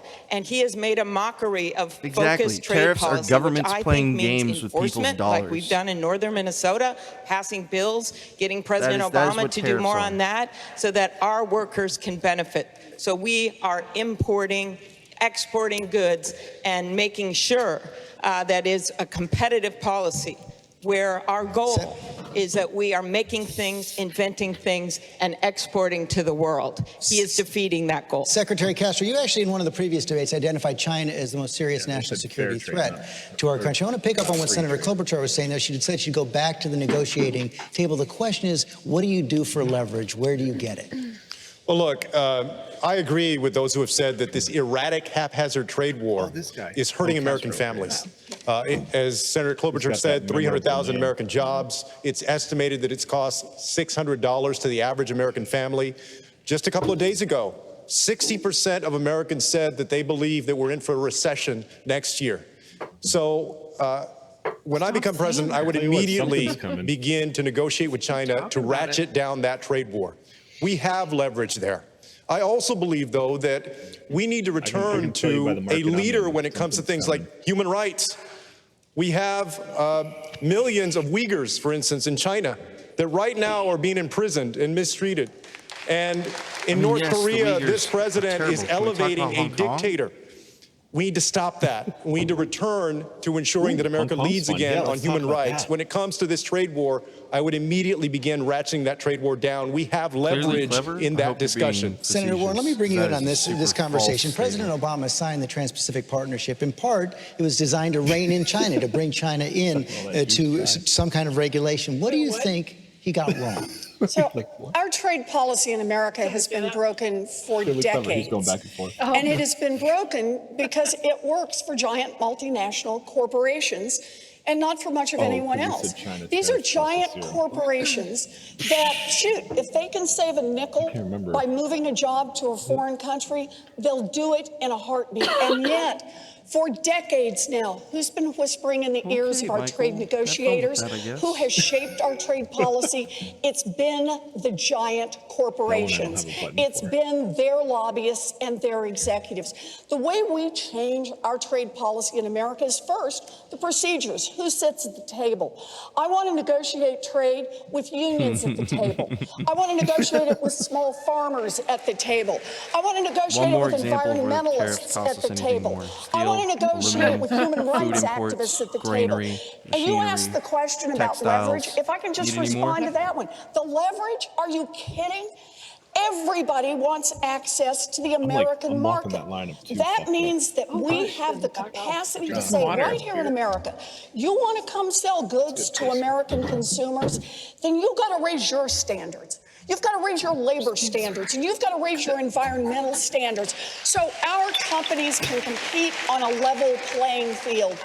We can use trade not to undermine American workers and not to undermine American farms and not to undermine small businesses in this country.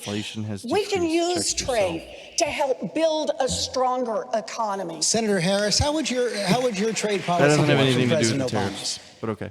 Well, first of all, I have no criticism of that more than just looking at where we are now, which is that we've got a guy in the White House who has been erratic on trade policy. He conducts trade policy by tweet, frankly, born out of his fragile ego. It has resulted in farmers in Iowa with soybeans rotting in bins, looking at bankruptcy.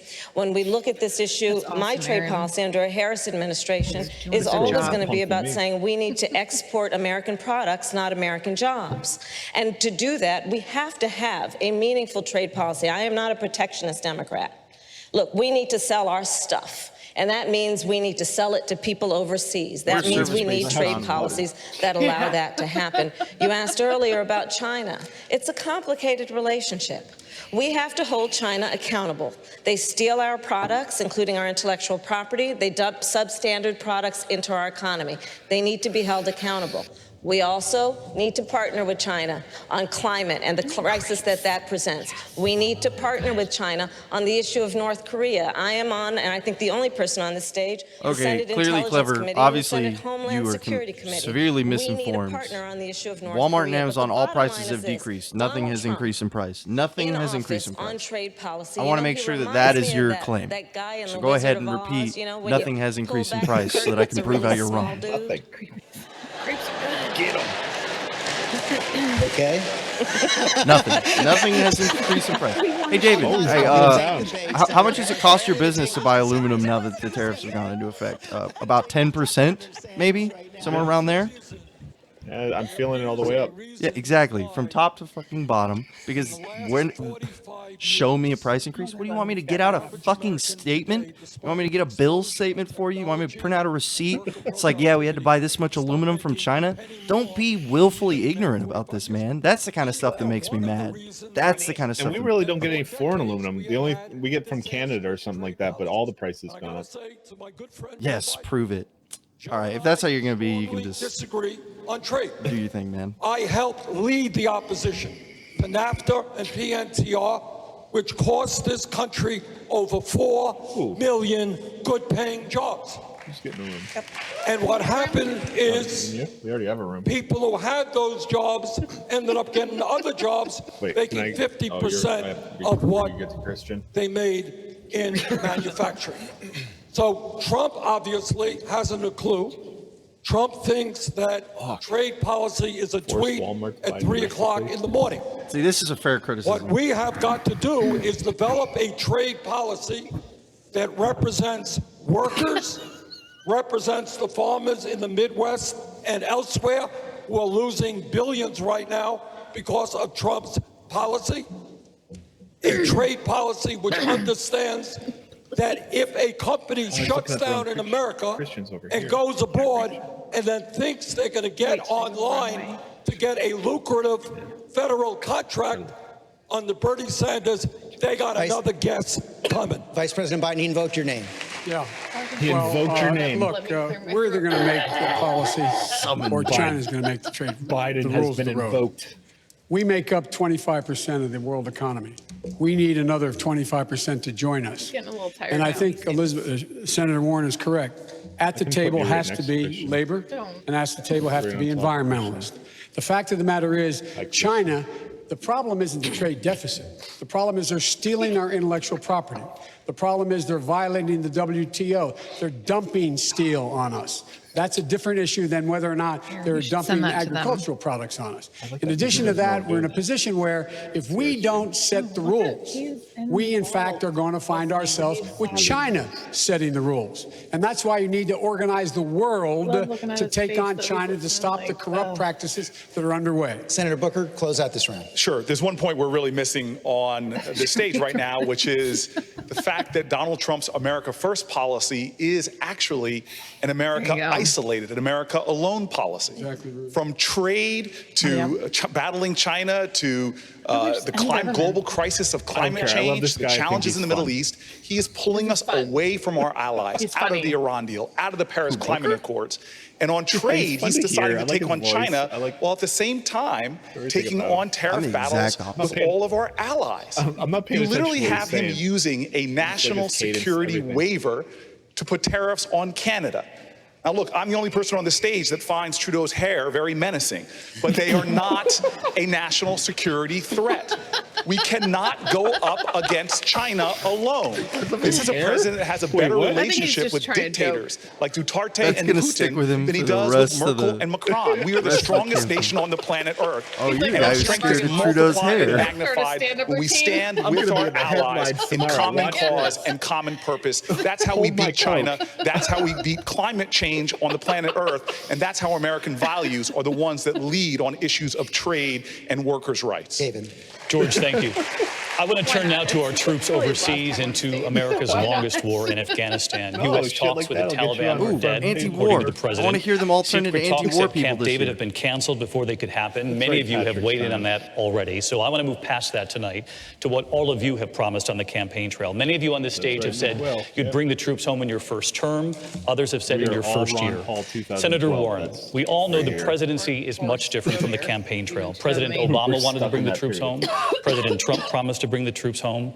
And you have said of Afghanistan, let's help them reach a peace settlement. It is time to bring our troops home, in your words, starting right now.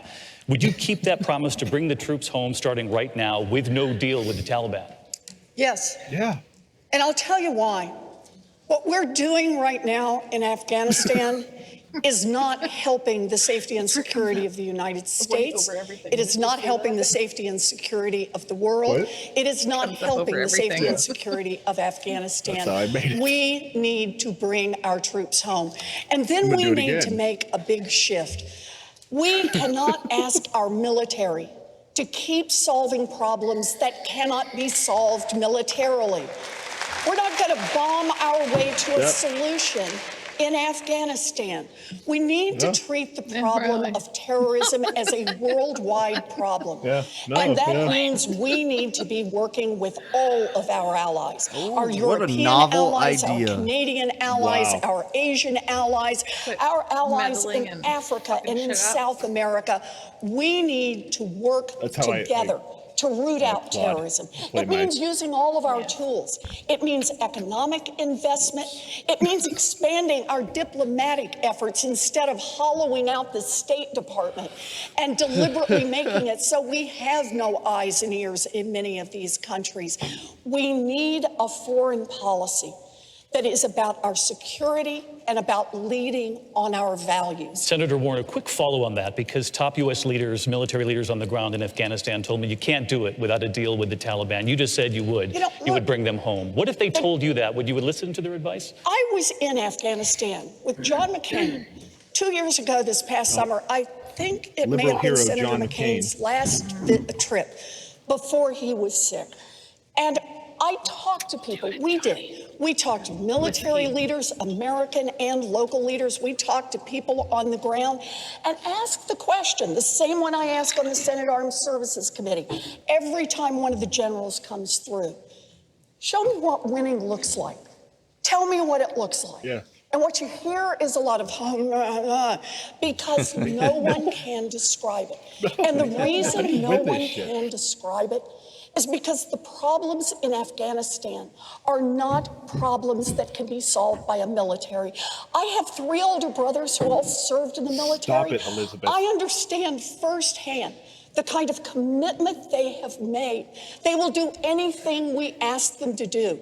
But we cannot ask them to solve problems that they alone cannot solve. Yeah. We need to work with the rest of the world. We need to use our economic tools. We need to use our diplomatic tools. We need to build with our allies. Yeah. And we need to make the whole world safer, Yeah. not keep troops bombing in Afghanistan. Senator Warren, thank you. I do want to stay on this, and I want to turn to Mayor Buttigieg, because you're the only veteran on this stage. You served in Afghanistan. We heard in recent days from General Joseph Dunford, the chair of the Joint Chiefs of Staff, who said in recent days, I'm not going to use the word withdrawal right now. It's our judgment the Afghans need support to deal with the level of violence. If he's not even using the word withdrawal, would you put your promise to bring troops home in the first year on hold to follow the advice? You know, I served under General Dunford, way under General Dunford in Afghanistan. And today, September 12th, 2019, means that today you could be 18 years old enough to serve, and have not been alive And on not be allowed to 9/11. drink. With a kid. We have got to put an end to endless. I remember that line. And the way we do it is see to it that that country will never again be used for an attack against our homeland, and that does not require an open-ended commitment of ground troops. Let me say something else, because if there's one thing we've learned about Afghanistan, from Afghanistan, it's that the best way not to be caught up in endless war is to avoid starting one in the first place. And so when I am president, an authorization for the use of military force will have a built-in 3-year sunset. Congress will be required to vote, and a president will be required to go to Congress to seek an authorization. Because if our troops can summon the courage to go overseas, the least our members of Congress should be able to do is summon the courage to take a vote on whether they ought to be there. By the way, we also have a president right now who seems to treat troops as props, or worse, tools for his own enrichment. We saw what's going on with flights apparently being routed through Scotland just so people can stay at his hotels. I'll tell you, as a military officer, the very first thing that goes through your mind, the first time you ever make eye contact with somebody that you are responsible for in uniform, is do not let these men and women down. This president is doing exactly that. I will not. Mayor Buttigieg, thank you. I want to turn to Vice President Biden, because the concerns about any possible vacuum being created in Afghanistan if you pull the U.S. troops out has been heightened by what we've seen in recent days on the ground in Iraq. When you were Vice President, President Obama turned to you to bring the troops home from Iraq. You have said on the campaign trail, quote, I made sure the president turned to me and said, Joe, get our combat troops out of Iraq. There was a major drawdown of U.S. troops, and then ISIS seized, by some estimates, 40% of the territory in Iraq. You then had to send thousands of troops back in. Was it wrong to pull out of Iraq that quickly, and did the move actually help ISIS take hold? No, it wasn't wrong to pull up. I want to answer an Afghanistan question. I've been in and out of Afghanistan, not with a gun, and I admire my friend, for his service. But I've been out of Afghanistan, I think, more than anybody on this, and it's an open secret. Iraq. You reported a long time ago, George, that I was opposed to the surge in Afghanistan. The whole purpose of going to Afghanistan was to not have a counterinsurgency, meaning that we're going to put that country together. It cannot be put together. Let me say it again. It will not be put together. It's 3 different countries. Pakistan owns the 3 counties, the 3 provinces, and the East. They're not any part of it. The economies run it. I will go on and on, but here's the point. The point is that it's a counter-terrorism strategy. We can prevent the United States from being the victim of terror coming out of Afghanistan by providing for bases and insist that Pakistanis provide bases for us to airlift from and to move against what we know. We don't need those troops there. I would bring them home. And Joe Dunford's a fine guy, but this has been an internal argument we've had for 8 years. With regard to Iraq, the fact of the matter is that, I should have never voted to give Bush the authority to go in and do what he said he was going to do. The AUMF was designed, he said, to go in and get the Security Council to vote 15-0 to allow inspectors to go in to determine whether or not anything was being done with chemical weapons or nuclear weapons. And when that happened, he went ahead and went anyway without any of that proof. I said something that was not meant the way I said it. I said from that point on, what I was argued against in the beginning, once he started to put the troops in, was that, in fact, we were doing it the wrong way. There was no plan. We should not be engaged. We didn't have the people with us. We didn't have our alliance. We didn't have allies with us, et cetera. And it was later, when we came into office, the president turned to me and said, Joe, when they said we had a plan to get out, he turned to the whole security and said, Joe will organize this, get the troops home. My son spent a year in Iraq, and I understand. And we were right to get the combat troops out. The big mistake that was made, which we predicted, was that you would not have a circumstance where the Shia and the Kurds would work together to keep ISIS from moving in. Mr. Vice President, thank you. I want to turn to Senator Sanders, obviously, because the concern over Afghanistan is very similar to what we saw in Iraq when the troops came out. If you guys have never seen the movie Vice, I'd highly recommend it. What do you make of people out there who are worried that if we pull out U.S. troops too quickly from Afghanistan, it will create safe haven all over again, like the plotters of 9/11? David, let me answer that, but let me just comment on something that let me answer something totally different. You talked about the big mistake in Iraq and the surge. The truth is, the big mistake, the huge mistake, and one of the big differences between you and me, I never believed what Cheney and Bush said about Iraq. We voted against the war in Iraq and helped lead the opposition. And it's sad to say, I mean, I kind of, had the feeling that there would be massive destabilization in that area if we went into that war. As the former chairman of the Senate Committee on Veterans Affairs, I want to pick up on what Pete said. We cannot express our gratitude to all of the men and women who have put their lives on the line to defend us, who have responded to the call of duty. But I think also I am the only person up here to have voted against all 3 of Trump's military Not Vice News, Patrick. Vice, the movie. We have to spend $750 billion a year on the military, but we don't even know who our enemy is. I think that what we have got to do is bring this world together. Bring it together on climate change. Bring it together in fighting against terrorism. And make it clear that we as a planet, as a global community, will work together to help countries around the world rebuild their struggling economies and do everything that we can to rid the world of terrorism. But dropping bombs on Afghanistan and Iraq was not the way to do it. Senator Sanders, thank you. I want to take this to Mr. Yang. You share the stage, as you know, when we talk about troops in Iraq and Afghanistan with the Vice President who was in the Situation Room, with senators who are on the Senate Armed Services, the Foreign Relations Committees, with an Afghanistan veteran who is on the stage tonight. As you share the stage with these candidates, what makes you the most qualified We're talking on this about stage to be Commander-in-Chief? Trump and his entire family barely know how to stand. I've signed a pledge to end the forever wars. We've been in a state of continuous armed conflict for 18 years, which is not what the American people want. We have to start owning what we can and can't do. We're not very good at rebuilding countries. And if you want proof, all you have to do is look within our own country at Puerto Rico. We've spent trillions of dollars to unclear benefits, lost thousands of lives, and thank you, Pete, for your service. Seriously, like, and the goal has to be to rebuild the relationships that have made America strong for decades. I would lead our armed forces with restraint and judgment. What the American people want is simply a president who has the right values and point of view, and they can trust to make the right decisions when it comes to putting our young men and women into harm's way. And that's what I would do as president. Mr. Yang, thank you. Jorge. Thank you very much. Vamos a hablar de América Latina. You haven't been asked about Latin America in the previous debate, so let's begin. Senator Sanders, one country where many immigrants are arriving from is Venezuela. A recent UN fact-finding mission found that thousands have been disappeared, tortured, and killed by government forces in Venezuela. You admit that Venezuela does not have free elections, but still you refuse to call Nicolás Maduro un dictador, a dictator. Can you explain why? And what are the main differences between your kind of socialism and the one being imposed in Venezuela, Cuba, and Nicaragua? So first of all, let me be very clear. Anybody who does what Maduro does is a vicious tyrant.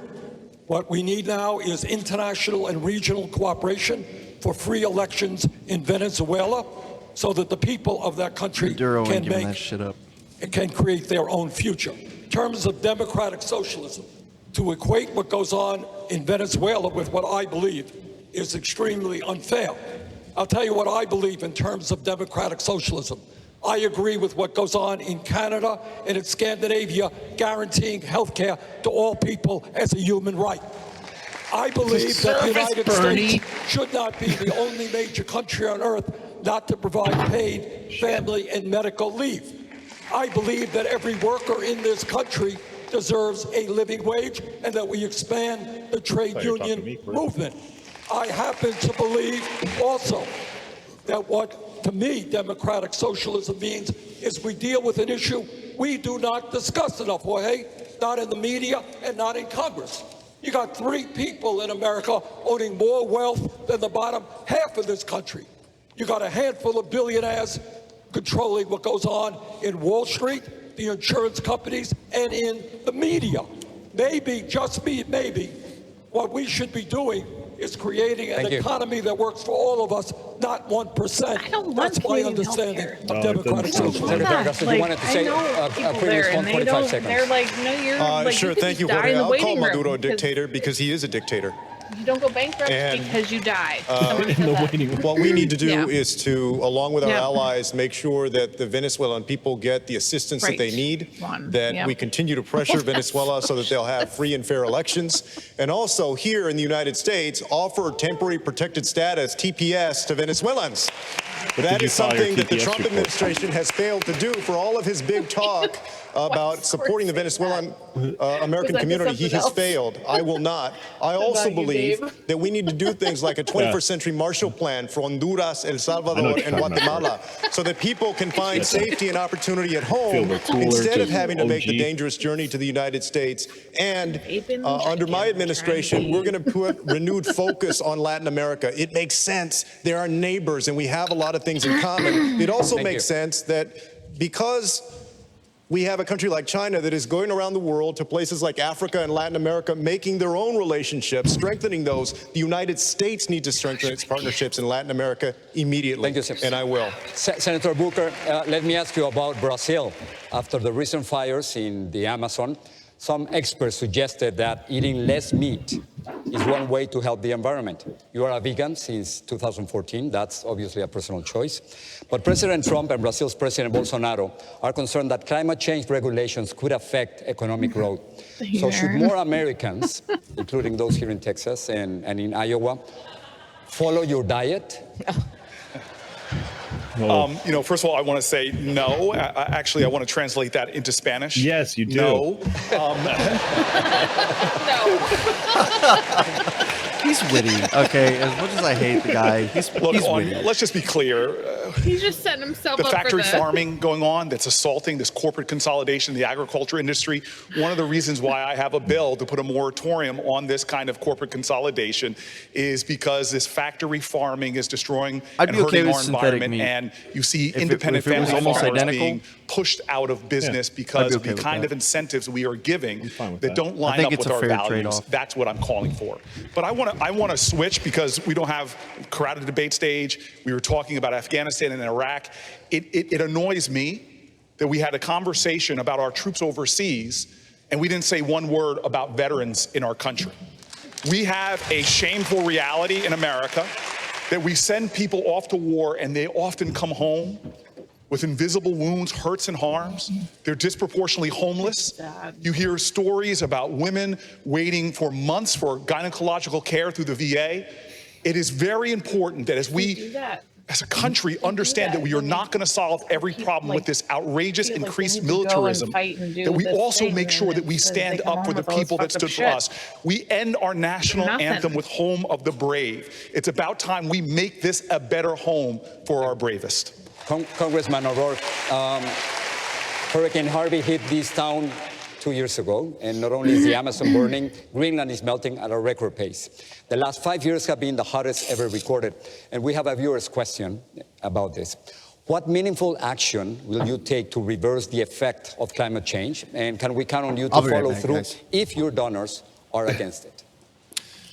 Yes, we will follow through regardless of the political consequences or who it offends, because this is the very future of our planet and our ability for our children and grandchildren to be able to survive on it. We will make sure that we get to net zero greenhouse gas emissions no later than the year 2050, that we are halfway there by 2030, that we mobilize $5 trillion over the next 10 years to do that, that we invest here in Houston, Texas, with pre-disaster mitigation grants to protect those communities that are vulnerable to flooding, given the fact that this town has seen 3 500-year floods in just 5 years. You'd like to think you're good for 1,500 years, but you're not. They're coming faster and larger and more devastating than ever. We're also going to make sure that we free ourselves from a dependence on fossil fuels and embrace renewable wind and solar energy technology, as well as the high-paying, high-skill, high-wage jobs that come along with that. And then we're going to pay farmers for the environmental services that they want to provide, planting cover crops, keeping more land under conservation, using no-till farming. Regenerative agriculture can pull carbon out of the air and can drive it and sequester it into the soil. That's the way that we're going to meet this challenge, and we're going to bring everyone into the solution. Many of you want to comment. Let's try to see if we can go very fast. Senator Klobuchar. Thank you. This is the existential crisis of our time. It's, you know, that movie, The Day After Tomorrow? It's today. True, John. We have seen a warming in our world like never before. We're seeing flooding in the Midwest, flooding in Houston, fires in the West. And I think having someone leading the ticket from the Midwest will allow us to talk about this in a different way and get it done. On day one, I will get us back into the International Climate Change Agreement. Yeah, because on day two, I will bring back the clean power rules that President Obama had worked on. On day three, I will bring back the gas mileage standards. You can do all that without Congress, which is good. On day 4, 5, and 6, I will, working with Congress and mayors and business people all over the country, introduce sweeping legislation to get at that 2050 goal. And on day 7, you're supposed to rest, but I won't. Senator This is what we need to do if we're going to get at climate change. We have to take this on as a crisis that's happening right now. Senator Warren, should American foreign policy be based around the principle of climate change? Yes. We need to work on every front on climate change. It is the threat to every living thing on this planet, and we are running out of time. Every time the scientists go back, they say we have less and less time than we thought we had. But that means we've got to use all the tools. One of the tools we need to use are our regulatory tools. I have proposed, following Governor Inslee, that we, by 2028, cut all carbon emissions from new buildings, by 2030, carbon emissions from cars, and by 2035, all carbon emissions from the manufacture of electricity. That alone, those 3 years, will cut our emissions here in the United States by 70%. We can do this. We also need to help around the world to clean. But understand this one more time. It's good, guys. Why doesn't it happen? As long as Washington is paying more attention to money than it is to our future, we can't make the changes we need to make. We have to attack the corruption head on so that we can save our planet. Senator Harris, 45 seconds. When I think about this issue, it really is through the lens of my baby nieces who are 1.5 and 3 years old. $30 trillion healthcare deal what is and going to replace be our entire the world electrical if we do infrastructure in nothing when 15 they turn years? 20. I'm really scared. And the buildings and the cars, too. And when I've been in the United States Senate for now the last 2.5 years, and I look at our counterparts, Yes, oil subsidies are garbage. the I get this Republicans every in the time. United States Oil Senate, subsidies are garbage. they must be looking at their All children, subsidies and are then when they garbage. look at the mirror, Welfare I is don't know what garbage. they see, but it's a lack of courage. And this power is an a issue step, that, yes, but it we can't represents an replace existential all of threat. coal It is with also nuclear power something in we can 15 do years, something about. or even with This is a combination. problem that was created by human behaviors. I want to know how Juan's going And we between can change screens our so quick. behaviors in a way that saves our planet.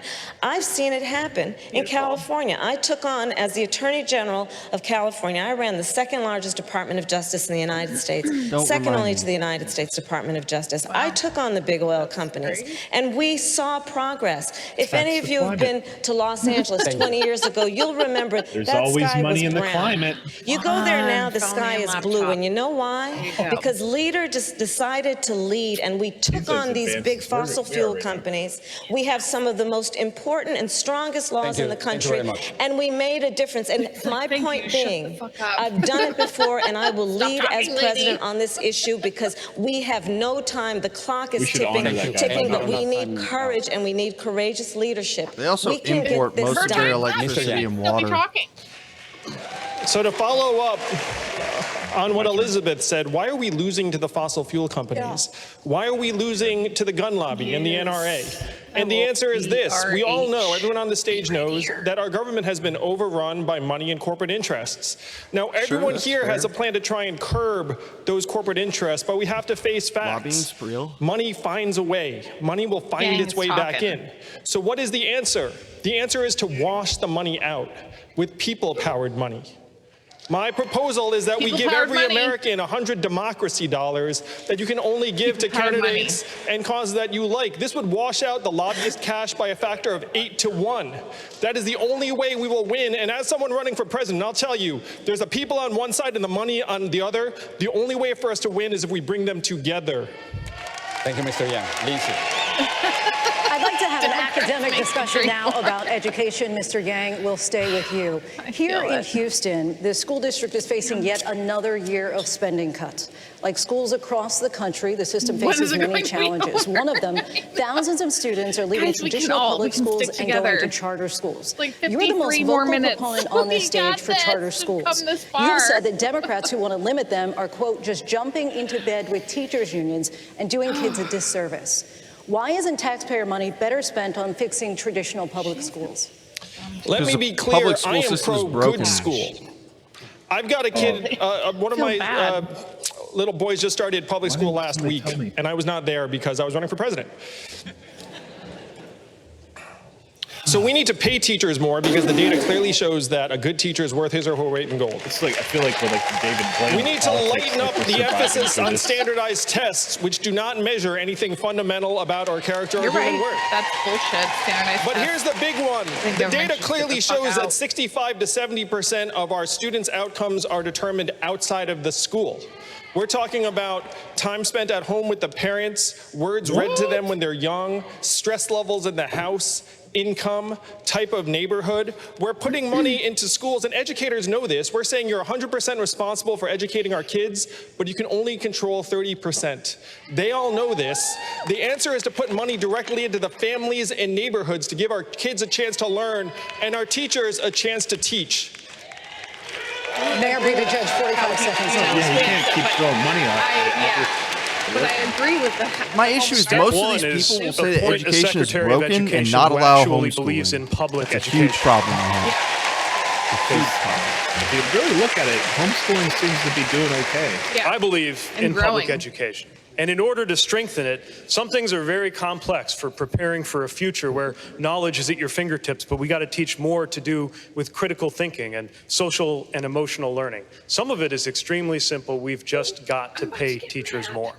And we've got to lift up the teaching profession. I always think of a story from South Bend of friends who hosted exchange students from Japan. They had a student one year who wanted to be a teacher, and they kept in touch with her when she went back to Japan and to college. She took the exam to try to become a teacher in a society that really regards teachers and compensates teachers well. And she came up just short. So you know what she did? Since she was academically good but couldn't quite make the cut to be a teacher, she had a fallback plan. She became a doctor. He said fallback. That is how seriously some countries treat the teaching profession. If we want to get the results that we expect for our children, we have to support and compensate the teaching profession. Respect teachers the way we do soldiers and pay them more like the way we do doctors. More than Senator zero. Warren, to use Mr. Yang's term, are you just jumping into bed with teachers unions? In our own school district. I think I'm the only person on the stage who has been a public school teacher. I've wanted to be a public school teacher since I was in 2nd grade. And let's be clear in all the ways we talk about this, money for public schools should stay in public schools, not go anywhere else. I've already made my commitment. We will have a Secretary of Education who has been a public school teacher. I think this is ultimately about our values. I have proposed a 2-cent wealth tax on the top 1/10 of 1% in this country. That would give us enough money to start with our babies by providing universal child care for every baby age 0 to 5, Will somebody think of the universal babies? pre-K for every 3-year-old and 4-year-old in this country. Thank you, Senator. Raise the wages of every child care worker and preschool teacher in this country. Cancel student loan debt for 95% of the folks who've got it.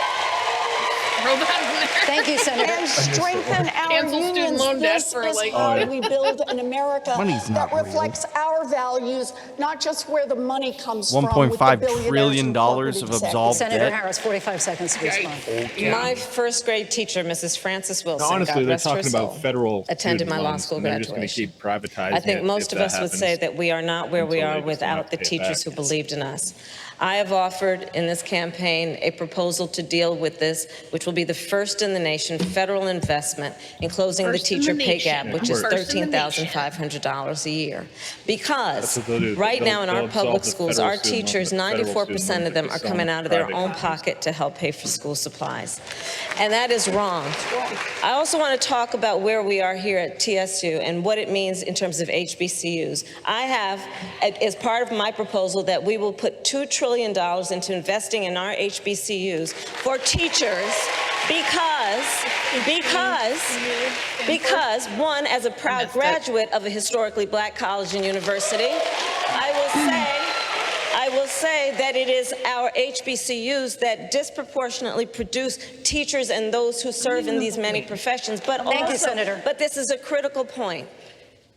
If a black child has a black teacher before the end of 3rd grade, they are 13% more likely to go to college. If that child has had 2 black teachers before the end of 3rd grade, they are 32% more likely to go to college. So when we talk about investing in our public education system, it is at the source of so much. When we fix it, that will fix so many other things. We must invest in the potential of our children. And I strongly believe you can judge a society based on how it treats its children, and we are failing on this issue. I just want to say this, David, because you brought it up a second ago.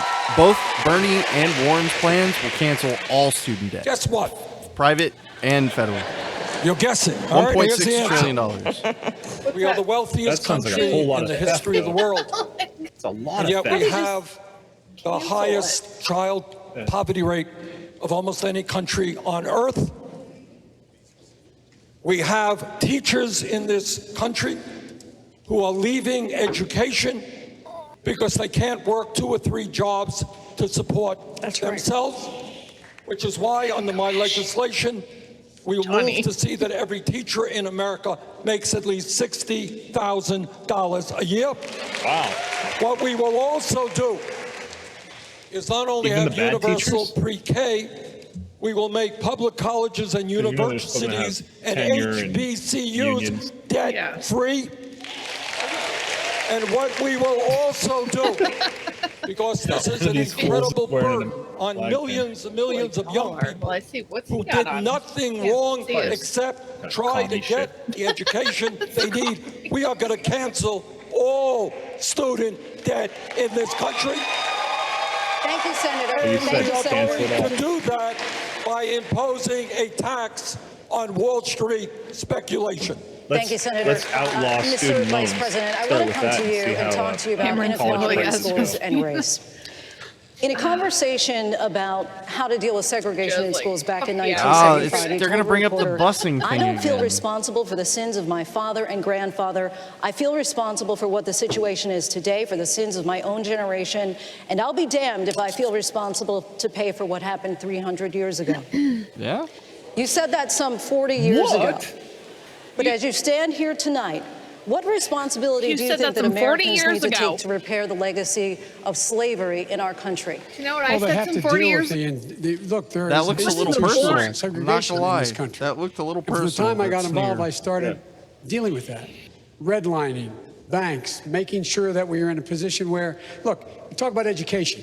I propose that what we take is those very poor schools, the Title I schools, triple the amount of money we spend from 15 to 45 billion a year. Give every single teacher a raise, an equal raise of getting out the $60,000 level. Number two, make sure that we bring in to help the teachers deal with the problems that come from home. The problems that come from home, we have one school psychologist for every 1,500 kids in America today. It's crazy. The teachers are, I'm married to a teacher. My deceased wife is a teacher. They have every problem coming to them.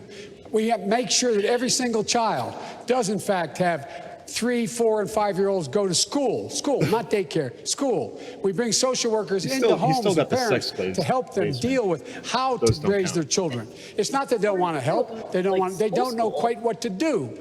Play the radio. Make sure the television, make sure you have the record player on at night, the phone. Make sure the kids hear words. A kid coming from a very poor school, a very poor background, will hear 4 million words fewer spoken by the time they get there. There's so much I'm going to go like the rest of them do. Okay, twice fossil. over, okay? Because here's the deal.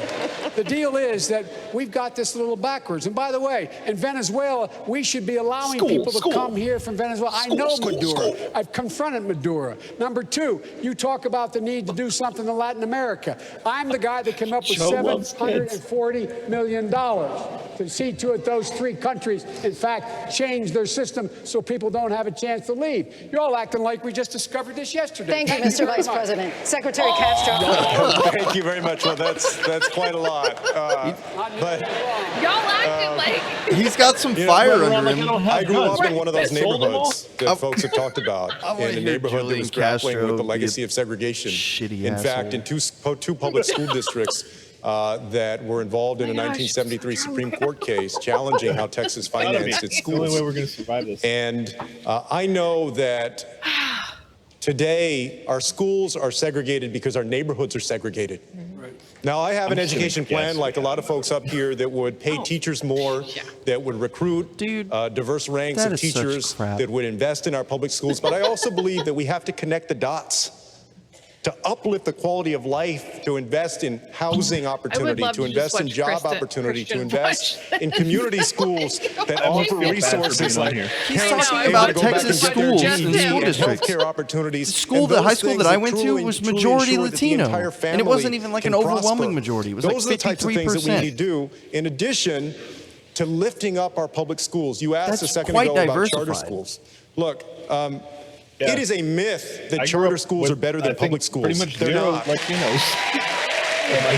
And so I'm categorically against charter schools. I would require more transparency and accountability from them than is required right now.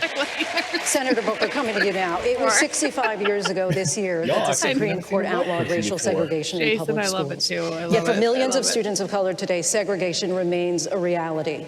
Non-white districts typically receive $2,200 less per student than those in white districts. I guess I'm racist This means then, older Nachos. books, less access If to that makes me computers, racist. and often worse outcomes.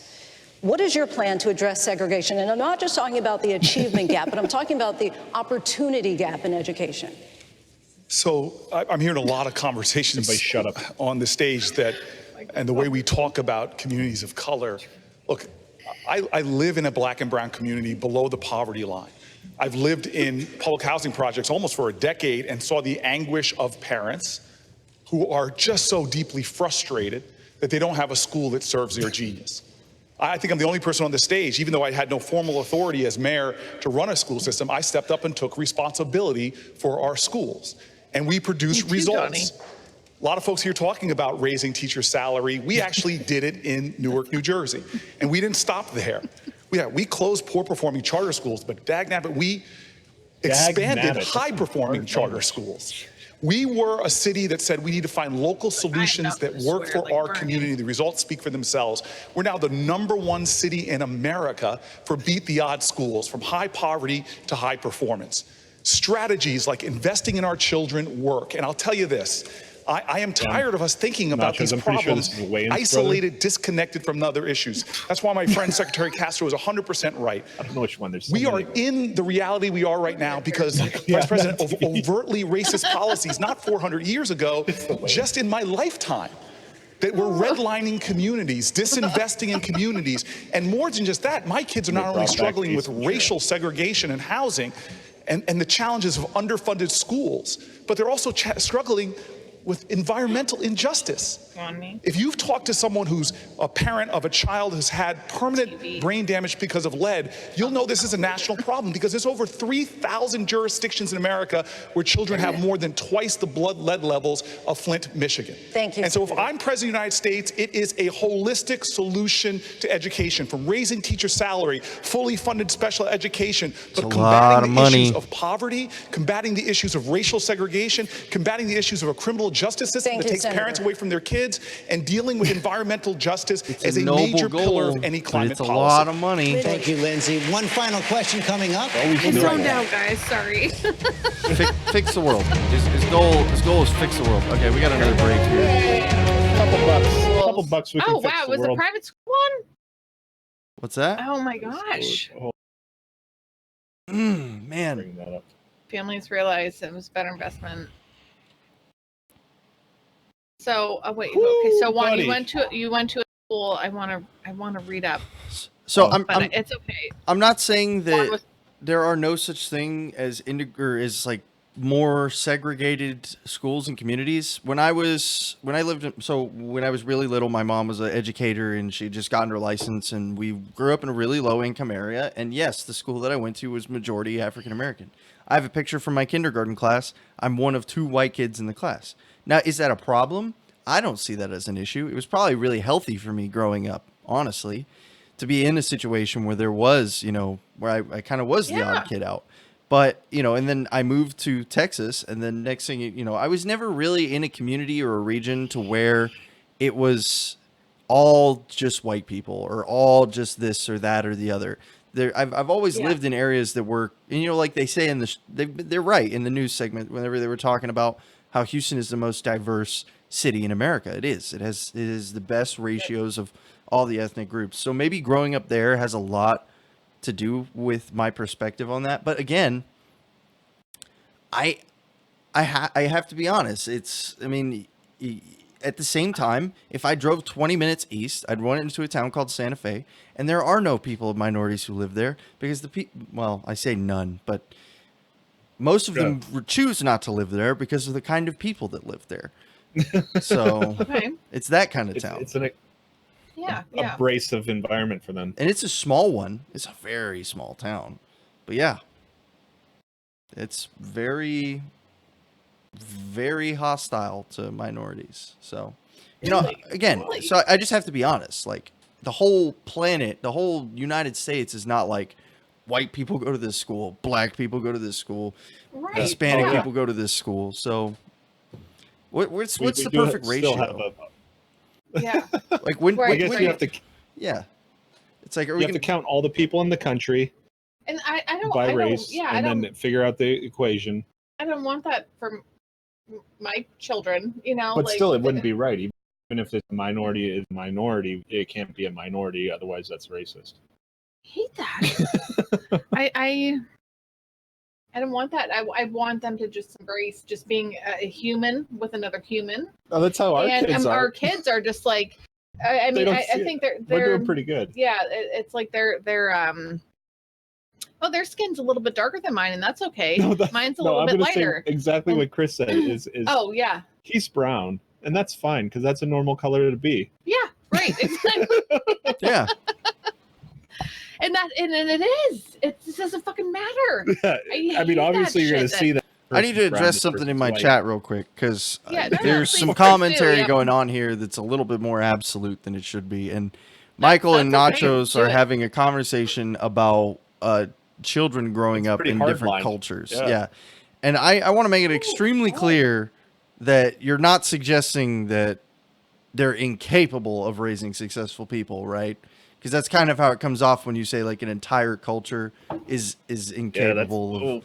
It's a little. That's I can say that in all cultures there are issues, including white cultures. There are issues. That's why we have such an incredibly high suicide rate. That's why we're more likely to become serial killers. That's why we're more likely to do rape people. Did you know that white people most likely to rape people? Weird. Oh. Yeah. There's a lot of issues in white culture. Neat. But there are also issues in all cultures. Yeah. Every group, every tribe, however you want to look at it, all have a unique set of issues that has to be overcome. Sure. So. Yeah. Yeah. Obviously, we got our own problems as white people. Yeah. Are you kidding me?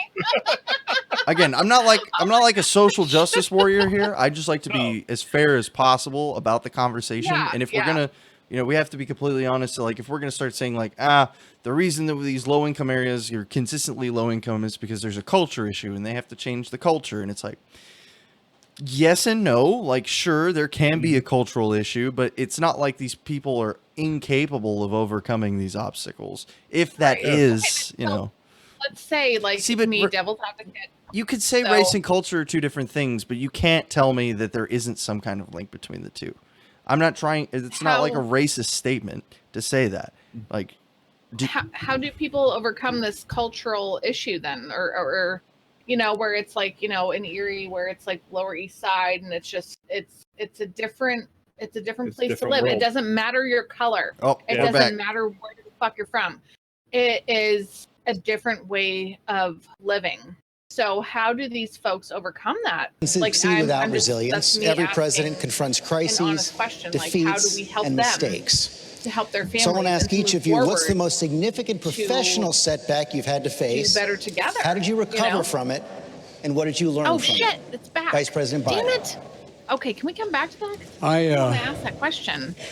I never counted any professional setback I have as a serious setback. There's things that are important, things that are unimportant. You did. You said that.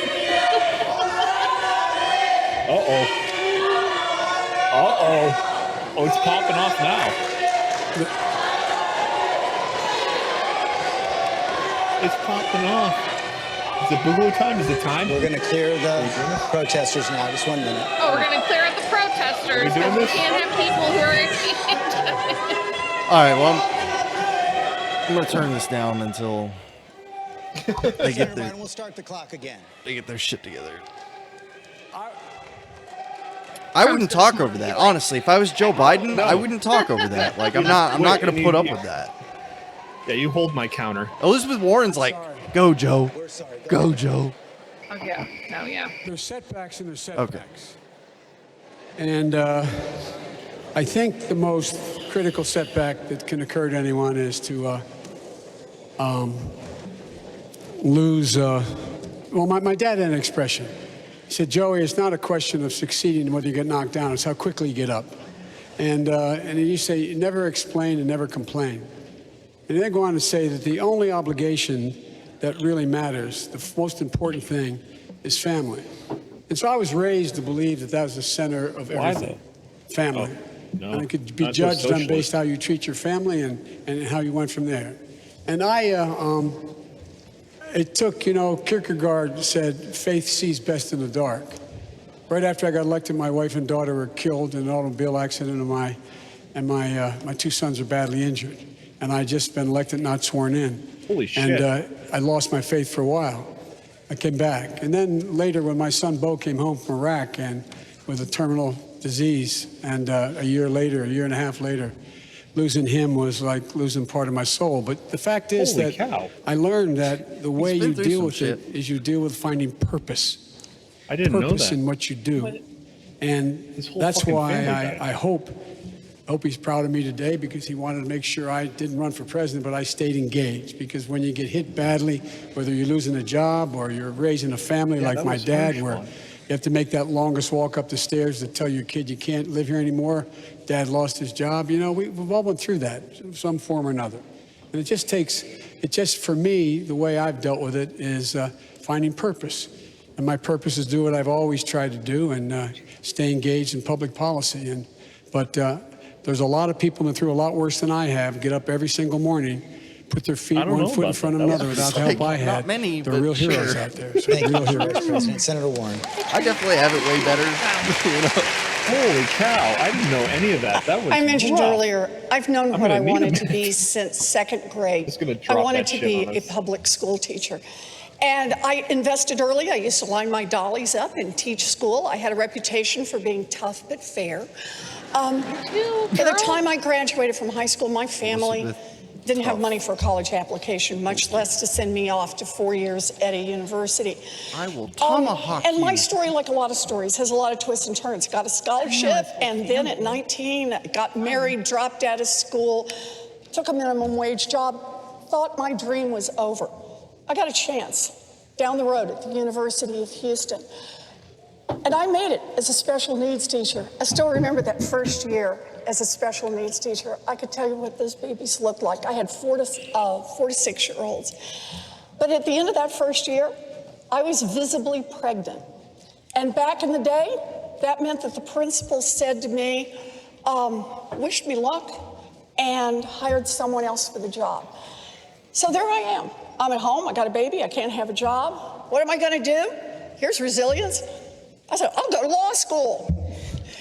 And the consequence was, I practiced law for about 45 minutes, and then went back to my first love, which is teaching. But it let me get into fights. It gave me new tools. And the reason I'm standing here today That's his terrible is because expression. I just got think it's back funny. up, I fought back. I know what's broken. I want to be in the fight to fix it in America. Thank you, That's why I'm Senator. here. Senator Sanders. a little bit. Resilience to me means growing up in a rent-controlled apartment in Brooklyn, New York, the son of an immigrant who came to this country without a nickel in his pocket. Fuck me, right? Professional resilience means to me, George, running for U.S. Senate in Vermont and getting 1% of the vote. Running for governor and getting 2% of the vote. Finally becoming mayor of Burlington, Vermont with 10 You can vote record that margin. and put it into LLN chat. What resilience means to me is that throughout my political career, I have taken on virtually every powerful special interest in this country. Whether it is Wall Street, whether it is the insurance industry, whether it is the pharmaceutical industry whose corruption and greed is killing people today, whether it is a military-industrial complex or a prison-industrial complex. And I feel confident that given a lifelong record of taking on powerful special interests, of standing up for the working families of this country, that I will be able to take on the greed and corruption of the corporate elite and create a government and an economy that work for all of us, not just the 1%. Oh my gosh, Thank you, Senator Sanders. The corporate elite and the government are the same thing. You know, every office I've run for, whether it be district attorney or attorney general, I was told each I time seriously think I fell asleep for a it minute can't there, be but then done. I got upset. They said nobody like you has done it before. Nobody's ready for you. When I ran for DA, I won and became the first black woman elected DA in a state of 40 million people in San Francisco. When I ran for Attorney General of California, I was elected because I didn't listen. And I was the someone watching only, this black live stream elected is woman, smoking black marijuana. elected, Attorney General Better in the throw state, him in in the jail. country. Put him in the And slammer. each time people would say, it's not your time, it's not your jail, turn, right it's going to away. be too Go to difficult, jail. they're not ready for you. And I didn't listen, and a part of it probably comes from the fact that I was raised by a mother who said we're split 50-50, many Court. things Yeah, it's all that were good. life lessons Yeah. for me, including don't you ever let anybody tell you who you are. You tell He them can't who see you you are. here, Kurt. And This is when just I all look of us. around the Invent. town halls that we do in this race for president of the United States, and I look at the I think my biggest issue with Kamala Harris is that she is the number one example up here of a disingenuous power seeker.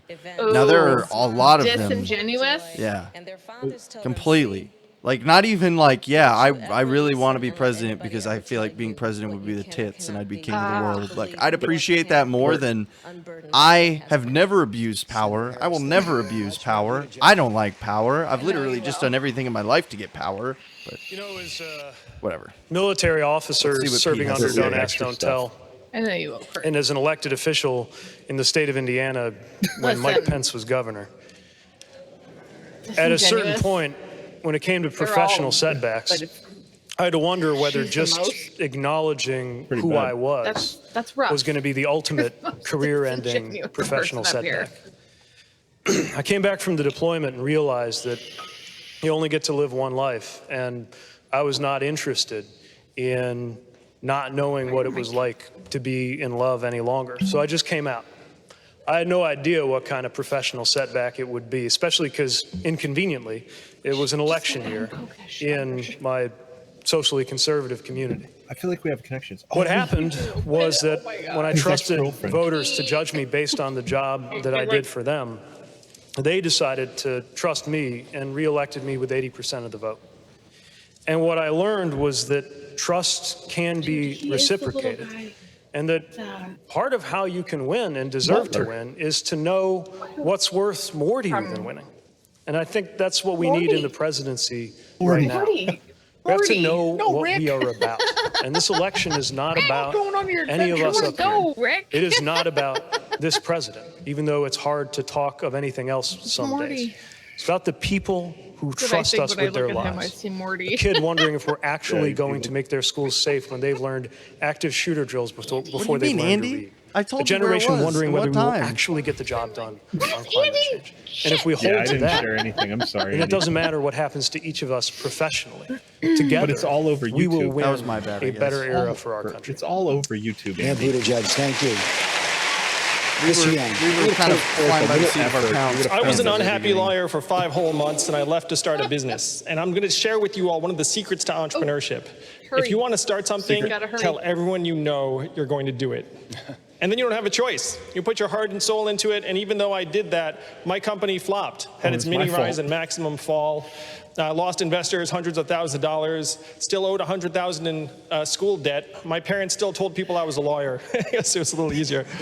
So I remember lying on my floor, looking up, wondering how it had come to this. Eventually, I picked myself back up. I kept working in small growth companies for another 10 years and eventually had some success.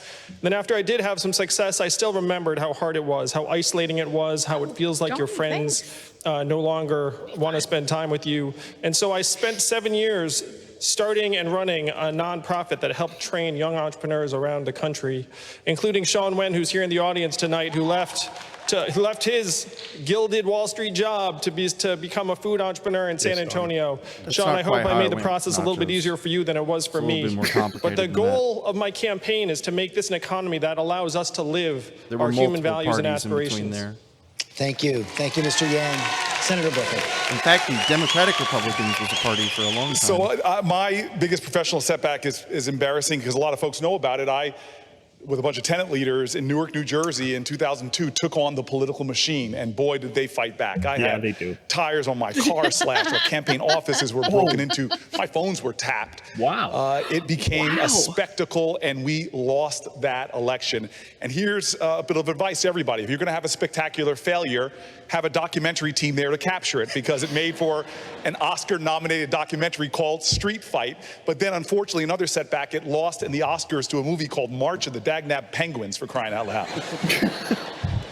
The people in my community living in the projects told me, don't give up on the people, the people won't give up on you. Create bigger and bolder coalitions and you're gonna win. And you know what? We came back 4 years later and won the largest lopsided victory in our city's history. Tell you what, I love Cory Booker because I don't listen to what he's saying. We didn't give up. We were taking on America's toughest problems, from crime to poverty, and we transformed our city, creating tens of thousands of new jobs, the biggest economic expansion in our city, and as I said before, turned around our school system. There's more work to do, but I haven't given up on the people. I still live in that community, but this is the big lesson. Capturing this for My LOL staff chat. and my friends and my community told me, if you want to go fast, you may have won the mayor's race, but that's not what life is about. There's an old African saying that says, if you want to go fast, go alone, but if you want to go far, go together. The lesson I learned of resilience is to trust people, because the power of the people is always greater than the people in power. And the test of America right now, it's not a referendum on Donald Trump. It's a referendum on us and who we are and who we're going to be together. We need to use this moment in history to unite in common cause and common purpose. And then there's nothing we can't do together as a nation. Senator Booker, thank you. We're unstoppable. Congressman O'Rourke. Thank you, George. Everything that I've learned about resilience, Trey, that's so I've great. I learned love your from family my too. hometown of El Paso, Texas. In the face of this act of terror that was directed at our community in large part by the President of the United States, that killed 22 people and injured many more, we were not defeated by that, nor were we defined by that. The very thing that drew that killer to us is the very thing that helps us set the example for the rest of this country. We don't see our differences as disqualifying or dangerous. We see them as foundational to our success, to our strength, and to our security, and to our safety. Yesterday, I was visiting with one of those victims. He's the head coach of the Fusion. This is a girls' soccer team of 10 and 11-year-old girls. His name is Luis. He was shot in the legs multiple times. He was shot in the side multiple times. He's still healing from his wounds in the hospital, but from his hospital bed, he's still trying to coach the Fusion girls' soccer team. Memo, his co-coach, is still fighting for his life right now at Del Sol Hospital. Those two men, Jessica and Marcella, their wives, they exemplify resilience to me. And when we end this scourge of gun violence in this country, when we finally confront the racism that exists in America, when we're defined not by our fears, but instead by our aspirations and our ambitions, it will be in large part, I think, thanks to the example that El Paso has set. Congressman, thank you. Senator Klobuchar. Oh, Lord. My challenges and resilience have brought me up here. I grew up with a dad who struggled with she's like the alcoholism meanest person on his the whole life. stage. And after his third I can totally DWI, see it. he had a choice between jail and treatment. He chose treatment with his faith, with his friends, with our family. And in his words, he was pursued by grace. And that made me interested in public service, because I feel like everyone should have that same right to be pursued by grace. I then got married. My husband's out there somewhere, hopefully smiling, and our daughter. And our daughter was born. I had this expectation we were going to have this perfect birth, and she was really sick, and she couldn't swallow, and she was in and out of hospitals for 1.5 years. But when she was born, they had a rule in place that you got kicked out of the hospital in 24 hours. She was in intensive care, and I was kicked out. And I thought, this could never happen to any other mom again. So I went to the legislature our state legislator, not an Trey's elected comment. official, and mom, and I advocated for one of the first laws in the country guaranteeing new moms and their babies a 48-hour hospital stay. And when they tried to delay the implementation of that law, I brought 6 pregnant friends to the conference committee, so they outnumbered the lobbyists 2 to 1. And when they said, when should it take place, they all raised their hand and said, now. That is what motivated me to go into public service. And when I got to that gridlock of Washington, D.C., I got to work and pass over 100 bills. And I know a lot of my friends here from the left, but remember, I am from the middle of the country. And I believe if we're going to get things done, that we have to have someone leading the ticket with grit, someone's going to not just change the policies, but change the tone in the country, and someone who believes in America and believes it from their heart because of where they came from, that everyone should have that same opportunity. Senator, thank you. Secretary Castro. And thank you, George, to Jorge, to Lindsay, and to David, and to all of y'all for tuning in tonight. In many ways, I shouldn't be here on this stage. You know, Castro is my mother's name and was my grandmother's name before her. I grew up in a single-parent household on the west side of San Antonio, going to the public schools. Eventually, my brother Joaquin and I became the first in our family to become professionals. And when I got home, I took a job at the biggest law firm in town. I was making $100,000 a year in the year 2000. A few months later, I got elected to the San Antonio City Council, and the City Council at the time was only paying $1,040 a year. So everybody had another job, and my job was at the law firm. Well, a few months after I got elected, the law firm got a client, and the client wanted those of us on the City Council to vote for a land deal. The land deal was that they wanted to build a golf course over our water supply because we relied on an underground aquifer. I didn't think the Environmental Protection Plan was strong enough, so I wanted to vote against it, and my constituents wanted me to vote against it. But under the ethics rules for lawyers in Texas, because believe it or not, lawyers have ethics rules, you can't just go against the interests of a client. So I was stuck. On the one hand, I wanted to do the right thing. On the other hand, my livelihood, my student loans, my new house payment, my car payment depended on me shutting up, being conflicted out. So one day I walked into my law firm and I quit my job. And then I went and I voted against that land deal on the City Council. Brave. So brave. And it takes balls, you know, I'll give that. You know, sure. It was the first test that I had, and I think back to that because oftentimes we think of politics and you think of politics as dirty. A politician would do that. Or corrupting. I wondered before I went in it whether it would change who I was. And I was proud that when that first test came, that I stood up for the people that I was there to represent, and not for big special interests.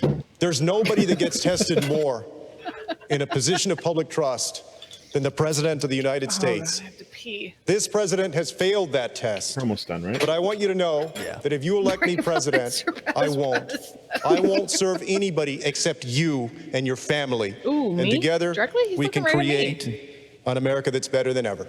Thank you very much. Castro, Wow, thank you me? to He all looked of our directly at me. candidates. And then even It was a great debate. I think we learned a lot tonight. Thanks to you. Thanks to Texas Southern University for hosting us tonight. It was a great crowd as well tonight. All right, so we've got a bunch of different conversations going on in the chat. Debate is over. The debate's over. Don't care about literally anything else they have to say. But I like this layout. So what we're going to do is we're just going to go to this. And we're going to make it disappear. Actually, we'll make ourselves bigger on my screen. I knew you were waiting to use that one. Waiting to use what? Oh. He has a soundbite, I'm assuming?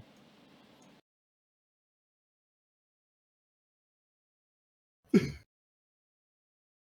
do we do now? Well, I was going to talk about some of the things that are happening in my chat and also just kind of a quick recap. Yeah, let's listen to Christian. I want to hear what he has to say about everything. Totally put Mary's boob on your screen. What my what now?